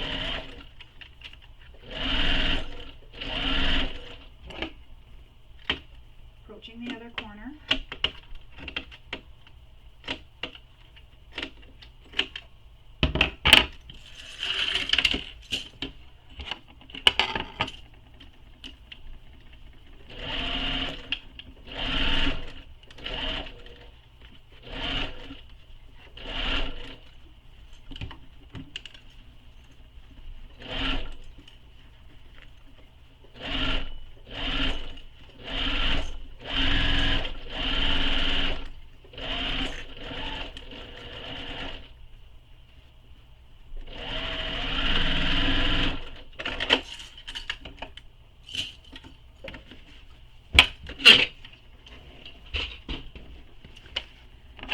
Trim that seam allowance.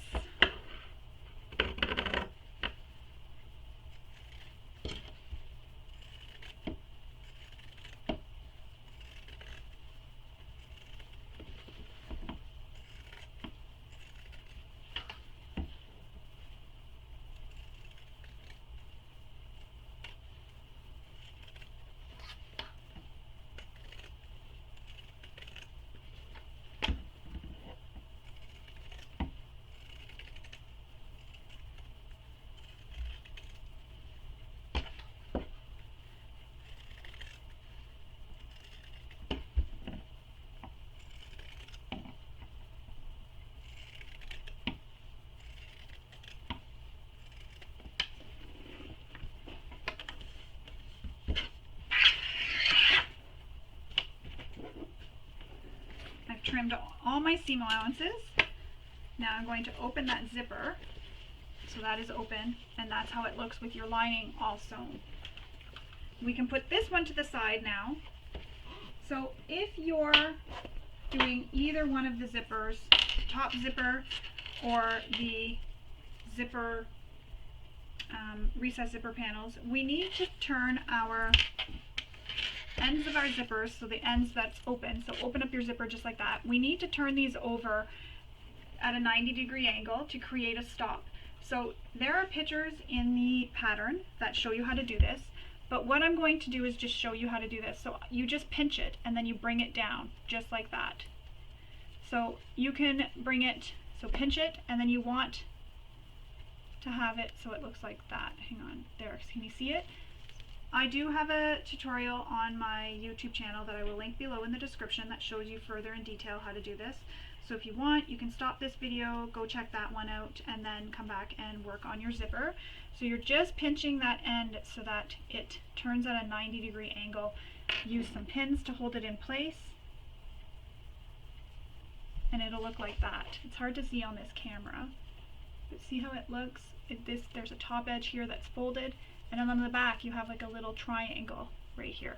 So you take this, you press it or pinch it so that it lines up on the sides. So pinching it so that the zipper tape lines up on the sides. Again, I'll link to below in the description, and it'll look like that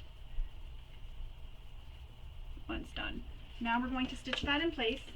I keep my pins in place while I'm stitching, just to ensure nothing shifts on me, and then I either hand crank or I'll slowly stitch over, back stitch a couple times. Same thing on the other side. I'll keep my pin in place just until I get over it. Hand crank if you're worried about stitching over your pin, but you really want to stitch that down so it doesn't move. Trim all your threads. And I usually stitch, a 1/16 of an inch, and it'll look like that when you're done. So you see you have the fold here that lines up against the zipper when it's turned. So you're just on a bigger piece, I'll show you. You're just going like that. So this is going to go, oops, it's hard to show you. So just like that, it would go, you take it, you pinch it, and then you end up with it like that. Again, I'll link to below in the description for the video that I have on my YouTube channel. I'm just creating that bar tack on the top, or on the bottom, I mean. So if you're using the top zipper tape or the top zipper closure, and again, she has some instructions in the pattern for how to do this with more pictures and measurements and such. You can go ahead and use that, but I'll also have the video linked below in the description. So if you're doing the top zipper installation, you need to turn your exterior gusset right side out, and then you need to, so my interfacing is coming off. I'm going to go press this back on, and then I will come back and I'll show you the rest. Alright, so I've got it. I had to actually baste it to the top so it would stay together. So you need to make some marks on your exterior once you turn it right side out. So you'll make those marks if you're attaching the zipper and you're not doing the recessed zipper panel. And then what you'll do is you'll take your zipper, so with your exterior right sides out, facing up, so start with the front side of the bag. You're going to take this edge of the zipper here, the edge, and line it up with the mark you made. So let's just say this seam is where the mark is. You're going to line it up with that mark, and then you're going to pin it all the way until you get to the next mark, and veer your zipper down out of the way, just like that when you get to that next mark. So you'll have it coming down like this. I know it's hard to see, so see how my zipper goes down? You want to have it going down. Then you'll stitch this in place all the way across, and when you get here, you'll back stitch, and then once you're done that, you'll then open the zipper up, and this is where it starts to look like it's going to get a little bit twisted, kind of does. You'll open the zipper up just like this, and I like to just open it a little bit of the way. So see how my zipper right now, it's facing down. I flip it like this so it's facing up against the zipper, then I flip it over again so it's on my table, and while it's on my table, I take it and I flip the bag over, which makes me flip the zipper over again, and I flipped it. So one more time, my zipper right now, we'll pretend this is stitched in place. You can unzip it all the way if you want, but this just makes sure that I'm not twisting it the wrong way. Unzip my zipper just enough. Flip it so it's right sides together, or wrong sides together, I mean, so it's touching wrong sides. Then I flip it so it's against my table, so wrong side is facing up. Then I grab it and I flip my bag while holding my zipper. I flip my bag, which makes me flip my zipper again, so it's right sides with the exterior. Then you pin it in place, and I hope that made sense. You pin it in place, just like this, all the way along. And same thing, you may want to unzip your zipper enough so that you can have this angled down when you get here, veer it down. And a way you can check to make sure that you have it pinned correctly is, say this was sewn and then you have this side zip. You can zip it up and see, does your zipper zip properly? And because I have clips, it's not going to because it's clipped, but does your zipper, and yours will look nicer again because it'll be clipped, but see how my zipper zips up? That's how you can check before you sew this zipper down. You can check it. So your one side is zipped, then, or stitched I mean, and then this side will be pinned, and you can just, you know, zip it up and see, is my zipper twisted in any way? And if it is, then you need to fix it. So that's how you attach that zipper if you're doing the zipper closure right at the very top of the bag. However, I'm doing the zipper panels, so I'm going to show you how to stitch our zipper panels. So for the zipper panels, you need all these zipper panels here, and they are letter, hang on, let me find out what they are. O. This is a zipper O. So on these you need to make some marks. So I've not only marked the center marks, but I've made some marks for where we're going to be placing the zipper. And if you've used a directional print like I did, you want to put the two prints together how they line up properly, and then make your marks on the one edge so that it lines up. So again, put your panels together and then make the marks in the center just here. And I don't do this on my lining for the simple reason that I'm going to be stitching this to this, so I'll know where I started and stopped with my stitching. So once you have that mark made, you're going to pin your zipper so that the edge where you folded here lines up with that first line you made. And when we go to attach that second zipper panel, I like to line it back up and make sure that it's going to be the correct position, and so that everything is correct for the fussy cutting, or not fussy cutting, directional print together, which was kind of fussy cutting, I guess you could say. And you're going to pin this. Oops. One thing I forgot, you need to make a mark on this end too, right here on this end, because that's where you're going to stop stitching. So make that mark on that end as well. So I'm just going to fold this in half, and I can see where that mark is through the fabric. Where's my... Oops. So on this opposite end here, I can see where that mark is. Oops. Or you can just do this.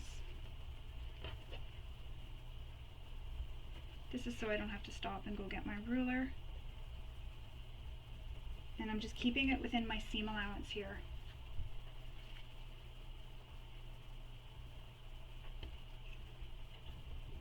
Again, you want to remember where you're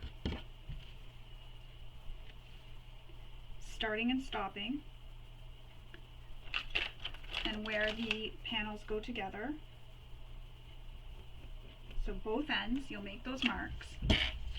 Back to it. Okay, so that's how it's going to be when it's clipped together, just like this. My zipper is going to be in the middle. So I'm going to pin it, lining up that folded edge with the line we made, the first line, and we're going to pin this all the way across.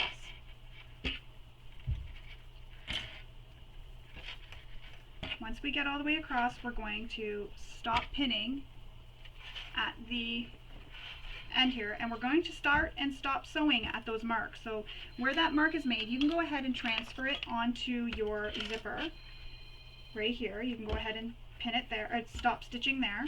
So start here, go all the way to the end, and stop where you made that second mark. And we're going to sew this with the seam allowance given in the pattern, and also it's very helpful to use a presser foot.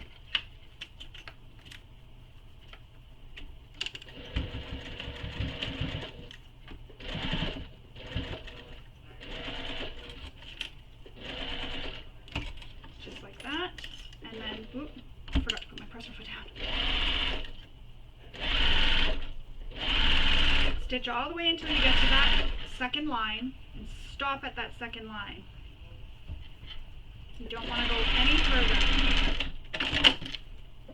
Just like that.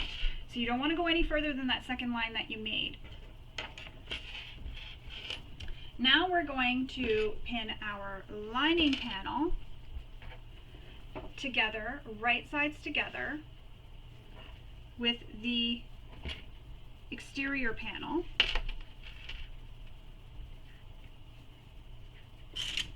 And we're creating a zipper sandwich, and then we're going to sew the short end, the end right here before the zipper, up and then across, and again stopping at that seam allowance at the end where we stopped previously.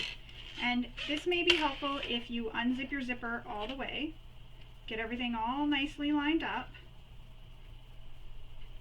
I need to unpin this because it shifted on me.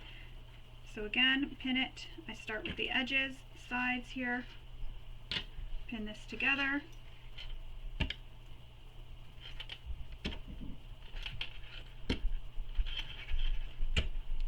Pin it all the way along. And I'm going to stitch with my exterior facing up so I can see where I previously started and stopped, and that way there I'll know not to stitch any further than that. So I'm going to stitch this with my exterior up, and I'm going to stitch along with this using the seam allowance that's given in the pattern, and then I'm going to stitch down this one side. It's not the end where your zipper tail is hanging out. You'll start where you stopped before, or stop where you stopped before. So across the short side and across here, stopping where you stopped before at that same mark you made previously. And we'll use the seam allowance she gives in the pattern.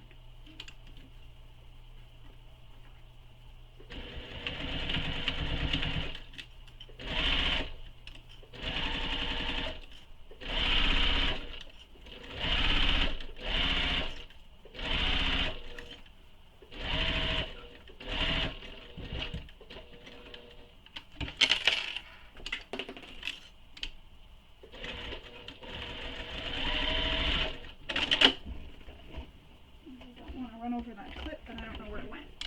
So once that's done, you're going to trim the seam allowance.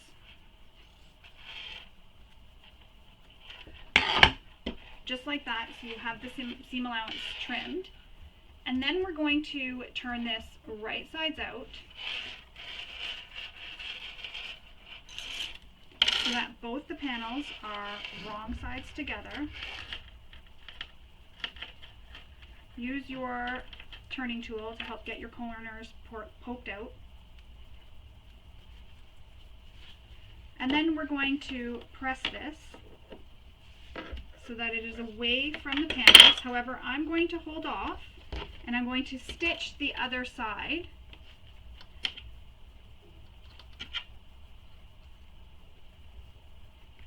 I'm going to stitch the other side of the zipper so that we have both attached, and then I just take it to the iron and press it all at the same time. And then also we have these short raw edges, and she has a measurement in the pattern for how far to turn those under, so you'll want to do that as well. So I'm just pinning them out of the way for now, and then I'm going to go ahead and stitch my other side. And we're just repeating the same thing we did for the first panel. So here it is. This is the way it's going to be, right sides together and fussy cut so that they're facing the same way.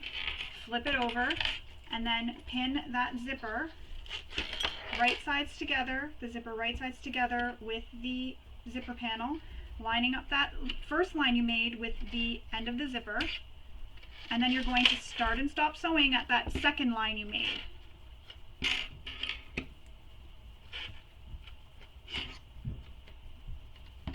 So I see the second line and I'm going to make it here on my zipper. Keep everything within your seam allowances, all your marks so they don't show up later.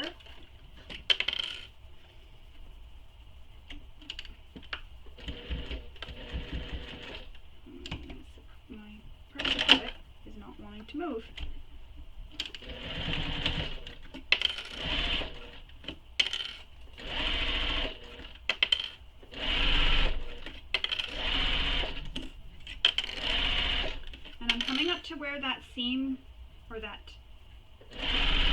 where I made that mark. So once I get there, back stitch,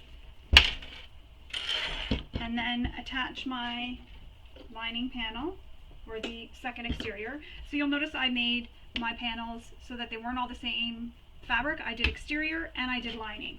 So exterior is what goes with the zipper right sides together with it, and the lining will be on the wrong side of the zipper. And I just like that so that when I look down into my bag, it matches the exterior of my bag.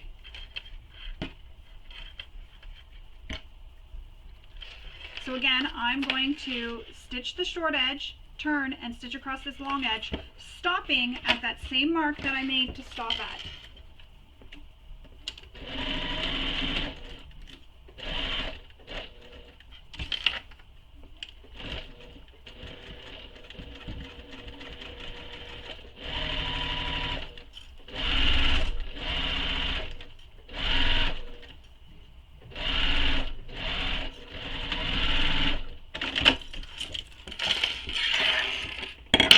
Trim your seam allowances.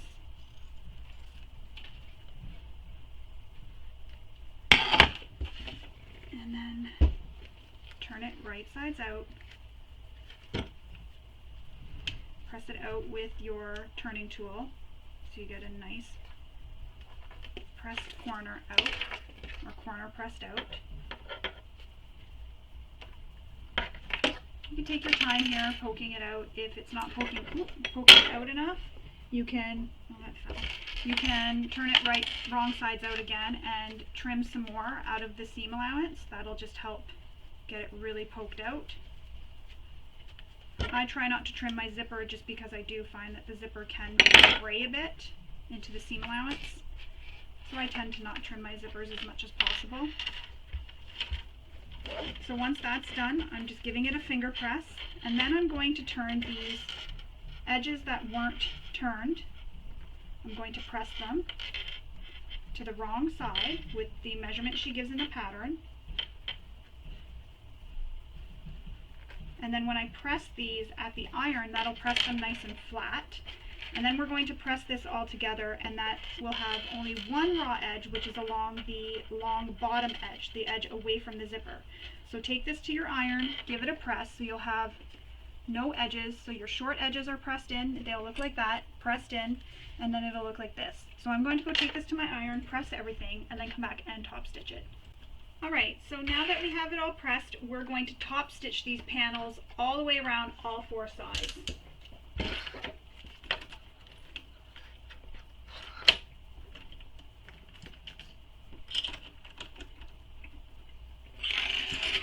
And I've put clips on them just to help hold everything in place so nothing shifts on me.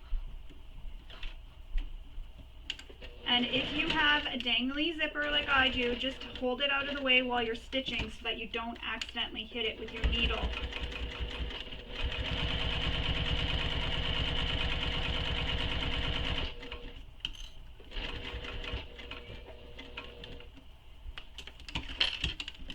So again, I'm stitching all four sides.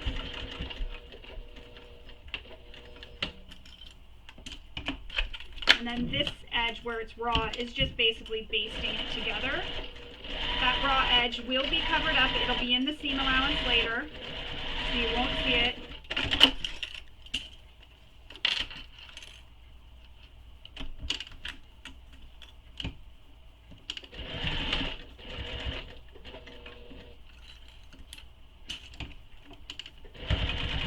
Again, as you get near your zipper pull, hold it out of the way. If it's dangly especially, like mine is, my owl is very dangly.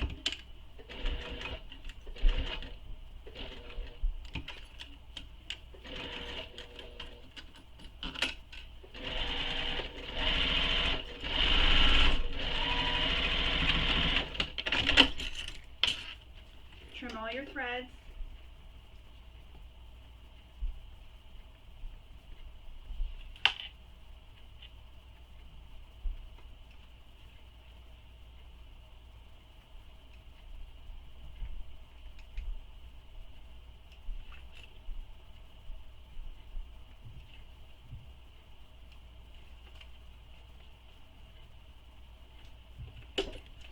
That's how your zipper panel will look when you are done it.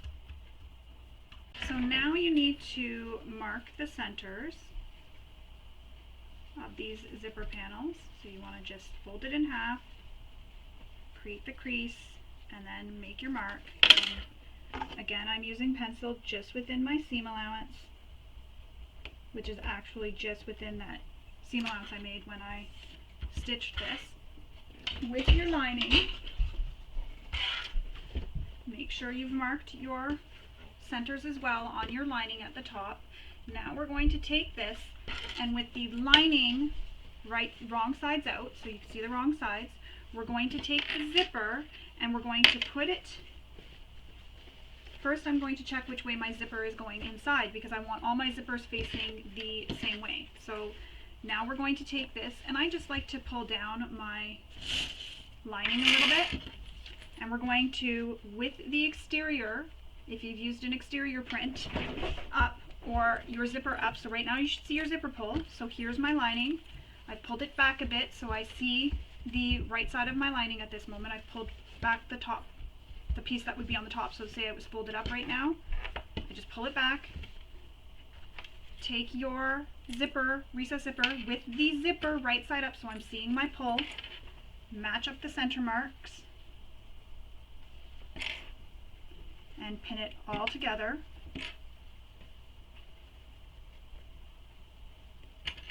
Again, making sure those pulls for your zipper pocket and the top recess zipper are facing the same direction.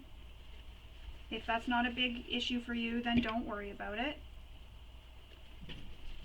So now I'm going to baste this in place with the seam allowance she gives in the pattern, just the 1/2. And with a basting stitch, you can use a longer stitch, so I'm just leaving my top stitch length for the basting stitch.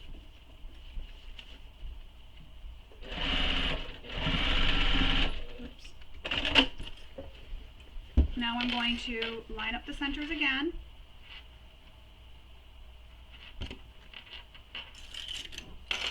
Pin it all the way across, and then we're going to baste this side to the lining. And again, your zipper, when it's pinned, should be facing up. Your zipper pull or your exterior should be facing up if you did what I did, so that when you open up the bag, you see inside the lining. So let's baste that side, the second side, to the lining. Make sure your zipper tail stays out of the way so you don't accidentally catch it.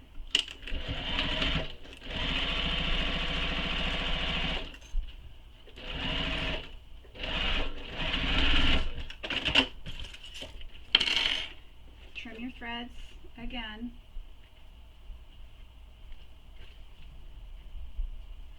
I've got some pieces here that are fraying, so I'm just going to trim them up.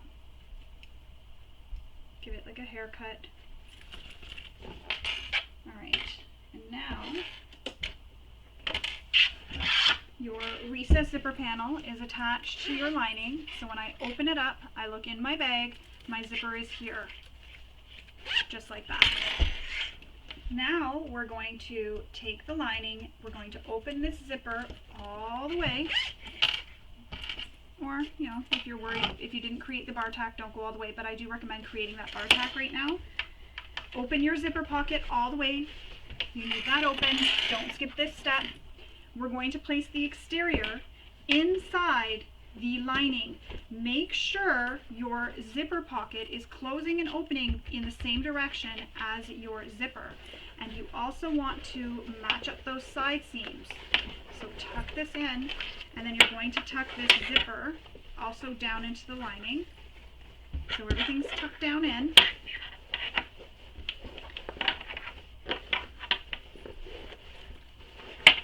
Tuck everything into the lining. I even put my D-rings so they face down.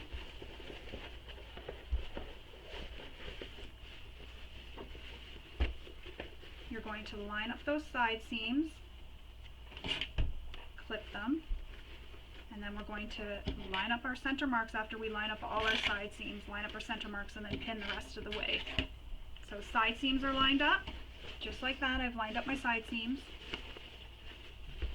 Again, make sure those zipper panels are down and your zipper tail is down inside the bag. You don't want it sticking up out of the bag. You want everything tucked in. And because I have center marks on my gusset, I can actually match those up as well. So matching up the center marks on the lining K panel with the lining A panel, or exterior A panel, sorry.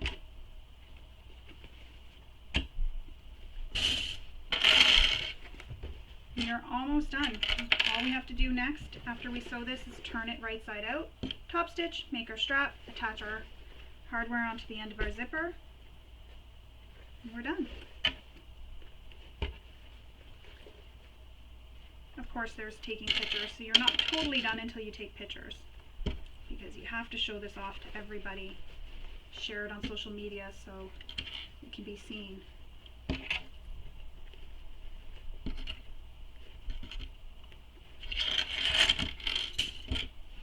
So now my bag is all pinned all the way around. We're going to sew this with the seam allowance that's given in the pattern all the way around. And depending on which top closure, this is the same method. You put it all right sides together. It's the same method. So if your zipper was here, pay attention to the seam allowance, because the seam allowance is different than the seam allowance that's for this recessed zipper panel. So pay attention to that. So we're going to sew all the way around this using the seam allowance she gives for the zipper closure you're doing. Don't forget to back stitch at start and stop.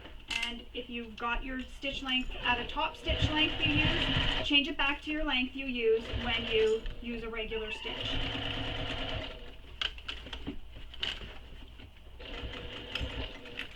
And again, make sure those zipper panels are facing down or your zipper tail is not up out of the bag. Make sure everything is down into the bag between the lining and exterior.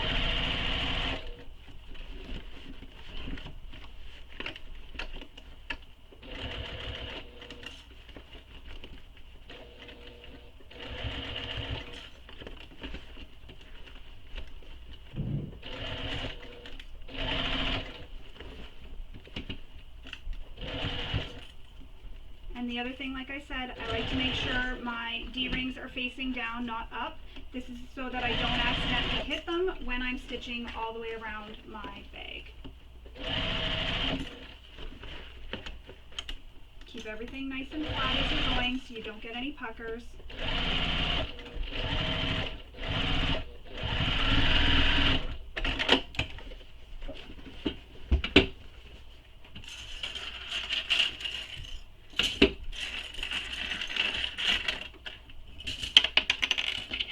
Now we need to trim this seam allowance. If you did the zipper closure that's at the top, so no recessed zipper panels, do not trim it. You're only trimming if you've done the recessed zipper closure. Again, only trimming if you've done the recessed zipper closure, not the top zipper that I showed originally, where I was showing you how you do it if you're doing the zipper closure.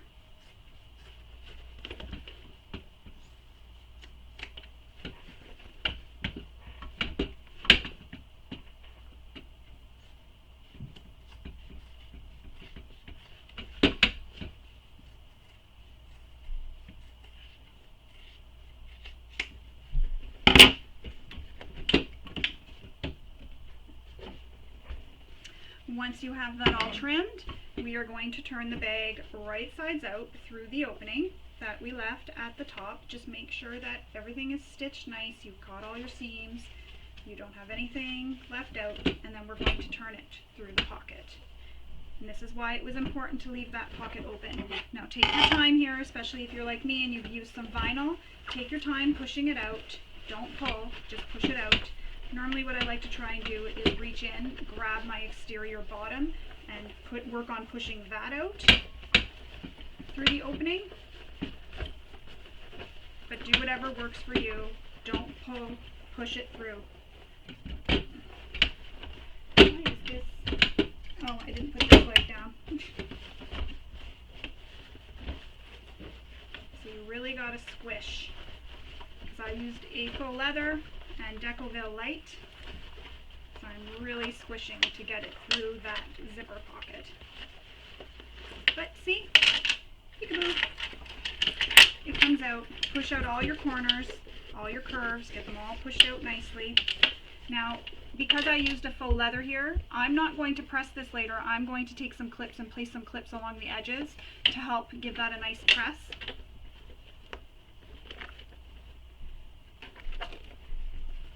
So I'm going to tuck my lining pocket back in, the pocket we just turned through.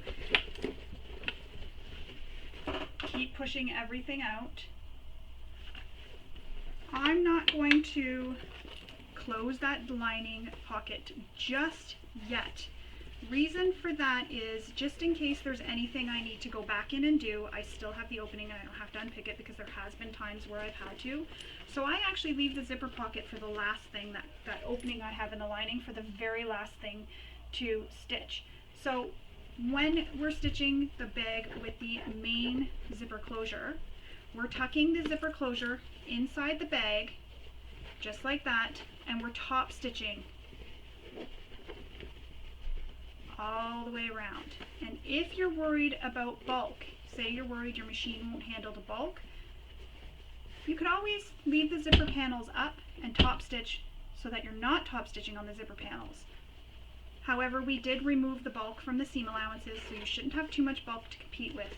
I'm going to take this to my iron and give it a press, but I have to be careful because I used vinyl on the sides here, so I can't press there. So I'm going to take this to the iron and I'm going to give this a press and come back and we'll top stitch our entire bag.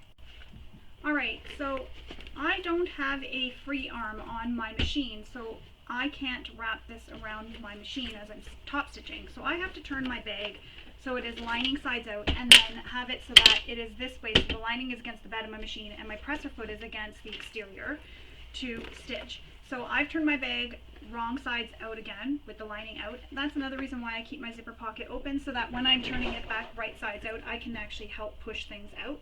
So now we're going to top stitch this with the seam allowance given in the pattern, and I like to start on the side but at the back, because I'm going to back stitch. And if you're one that doesn't like the look of back stitching, leave long tails, tie it off, pull it through, and then you won't have that back stitching. However, I'm using a busy print as well, so you're not going to see it quite as much.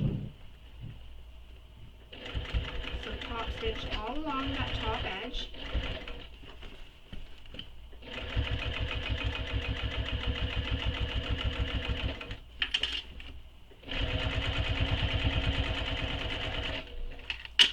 Depending on the materials you used for this, you may want to switch out to a bigger foot, or as I suggested, leave the zipper panels facing up. Changes the look a little bit of the bag, but that's okay. It's whatever you have to do to make it work. There's no bag police going to come and check and make sure you did it exactly as the pattern. It just helps if you have a machine that struggles a little bit with bulk. Longer stitch length as well. You can also try a walking foot for this if you want to do it exactly as the pattern calls. So walking foot, bigger needle, longer stitch length, adjust your tension, and if you can, adjust your presser foot tension too. I have a dial that I can adjust my presser foot tension. That also helps. But we did keep a lot of the bulk out of the seam allowances, so it shouldn't be too bad for you. However, everyone's machine is different. You know your machine the best. So I have gone ahead and top stitched that whole thing. I'm going to turn it right sides out again. This is hard on my hands to go like that so much. Reach into the lining opening, push all my edges out as nice as I can, and that's where I'm going to clip it after. So now you can see how it looks so far. So that's how it looks with the zipper. This will be tucked in and your strap will be attached. So that's how it looks, just like that, all the way around with beautiful top stitching.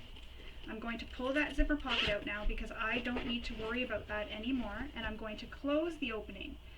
So as I said, I left it open just because I turned my bag wrong sides out, or lining side out, to do my top stitching.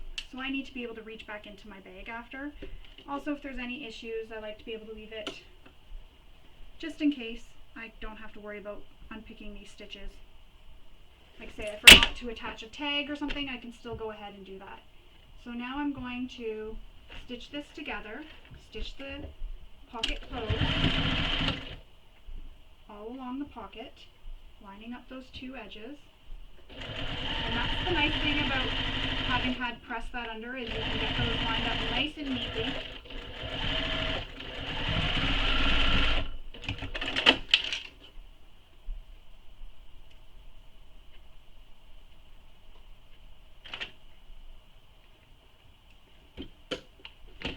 Tuck the pocket back into your bag. Get the corners pushed in. Push your lining down into the bag.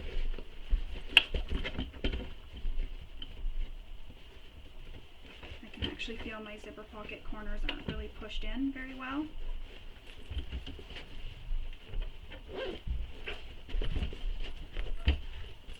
That's how it's looking so far. We are almost done. Now we need to attach our zipper end. Now here she has you trim the zipper. I like a longer tail, so I'm actually going to leave that. However, you can trim yours to the length that you'd like it to be, or the length that is given in the pattern. Again, I'm leaving mine long. I like it longer. Although I may trim a little bit, actually. That's a lie. I'm going to trim it a little bit. Just a little bit, because I do like a longer tail. So now I take this and I fold these ends under. So you take the sides and fold them so they're under the zipper. I place a clip, put a little bit of glue inside the metal zipper stop. And this just helps so that if I lose my screw, I can't tell if there's any glue in there. Nope, there's no glue got in there. So this just helps so that if the screw falls out, something is holding this in place.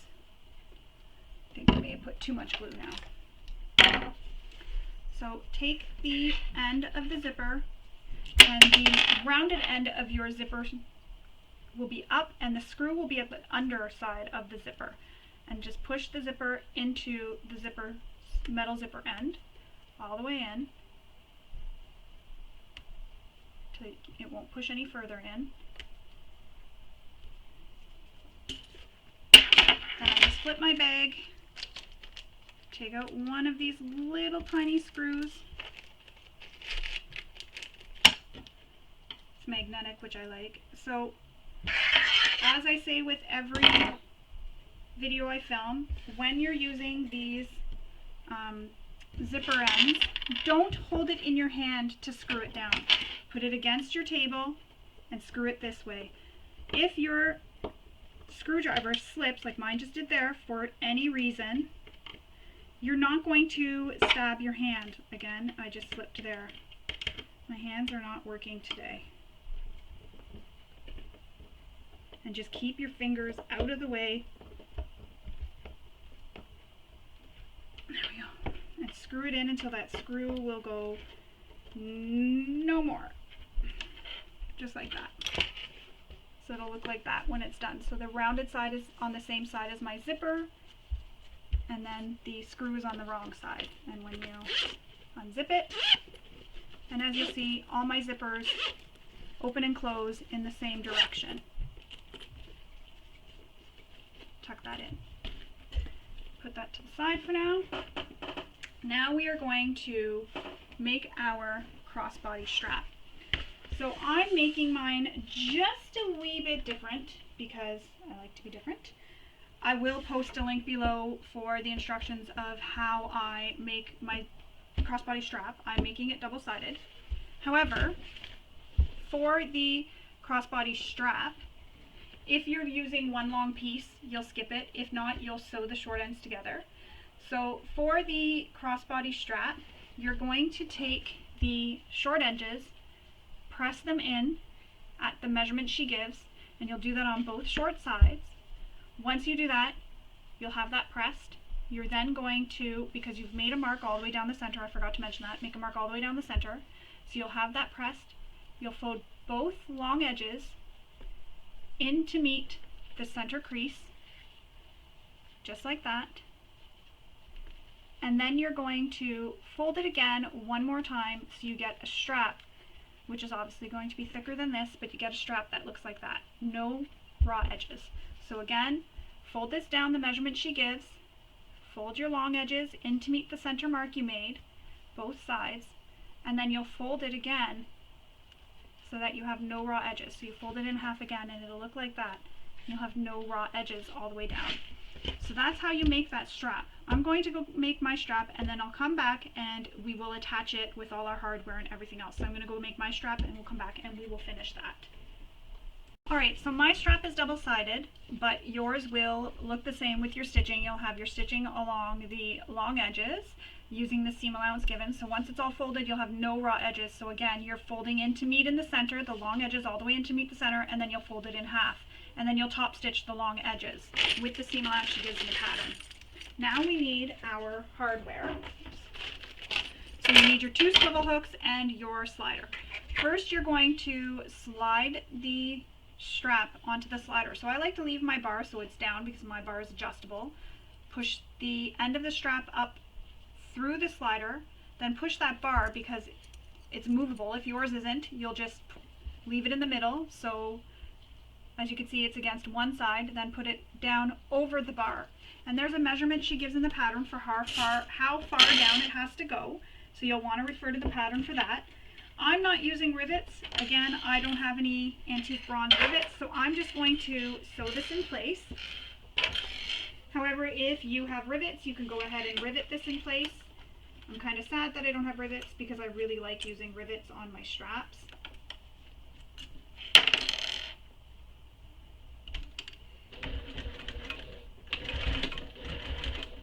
But this is a great way to learn to make this bag without all this extra hardware. So I'm just sewing this strap, and I'm going to do a second row of stitching as well, just to ensure.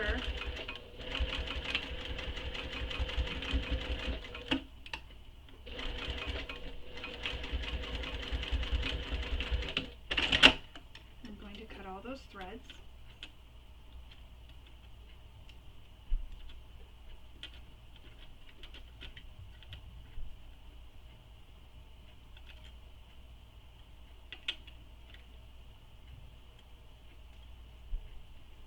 Trim all your threads.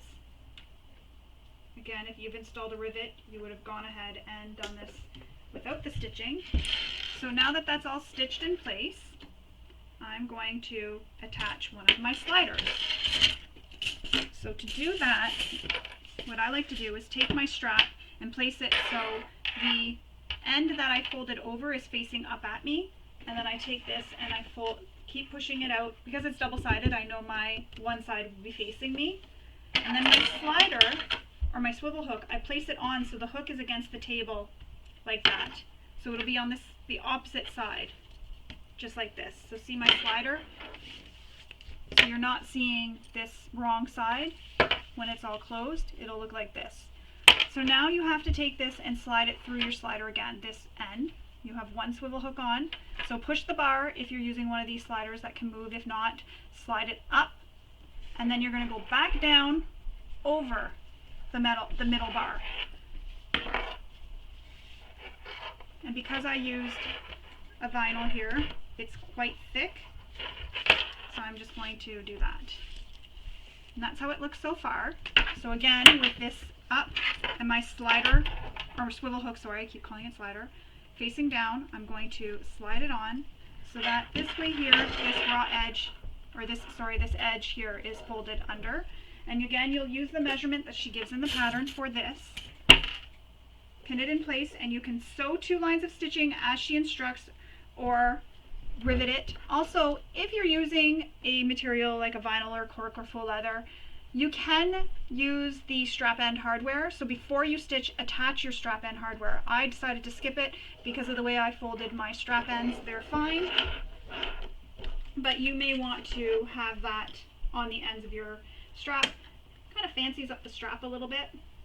That totally didn't make it in there. Again, stitch across.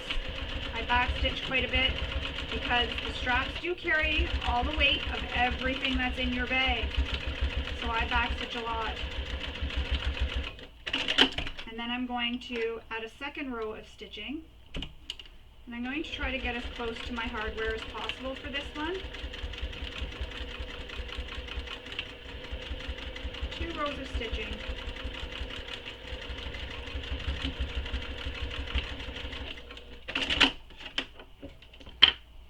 Trim all your threads.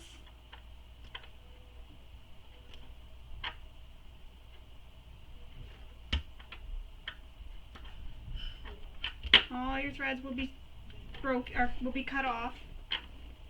And my first one here ended up getting caught within the stitching, so if I can't get it out, I usually don't worry about it, but it did come out just like that. Oh, I was going to clip it to that. Now we need to clip this to our bag, just like this. Clip it to your bag. And again, I made a double-sided strap, so I will link to the instructions for this in the description below. So if you want to make your strap a double-sided, you definitely can using the instructions I have in that link. I'll link below. So there's your bag, all complete. You have a beautiful bag finished. Again, as it shows, you can use a wide variety of materials. I used canvas on the exterior with Mora for the accent pieces and my side gusset, and I used a waterproof canvas inside. And then for my pockets, I just used a regular quilting cotton. So you have the 2 different options for the zipper, where the zipper is right at the top, or your recessed zipper panel. Lots of pockets in this bag. I love how many pockets are in this bag.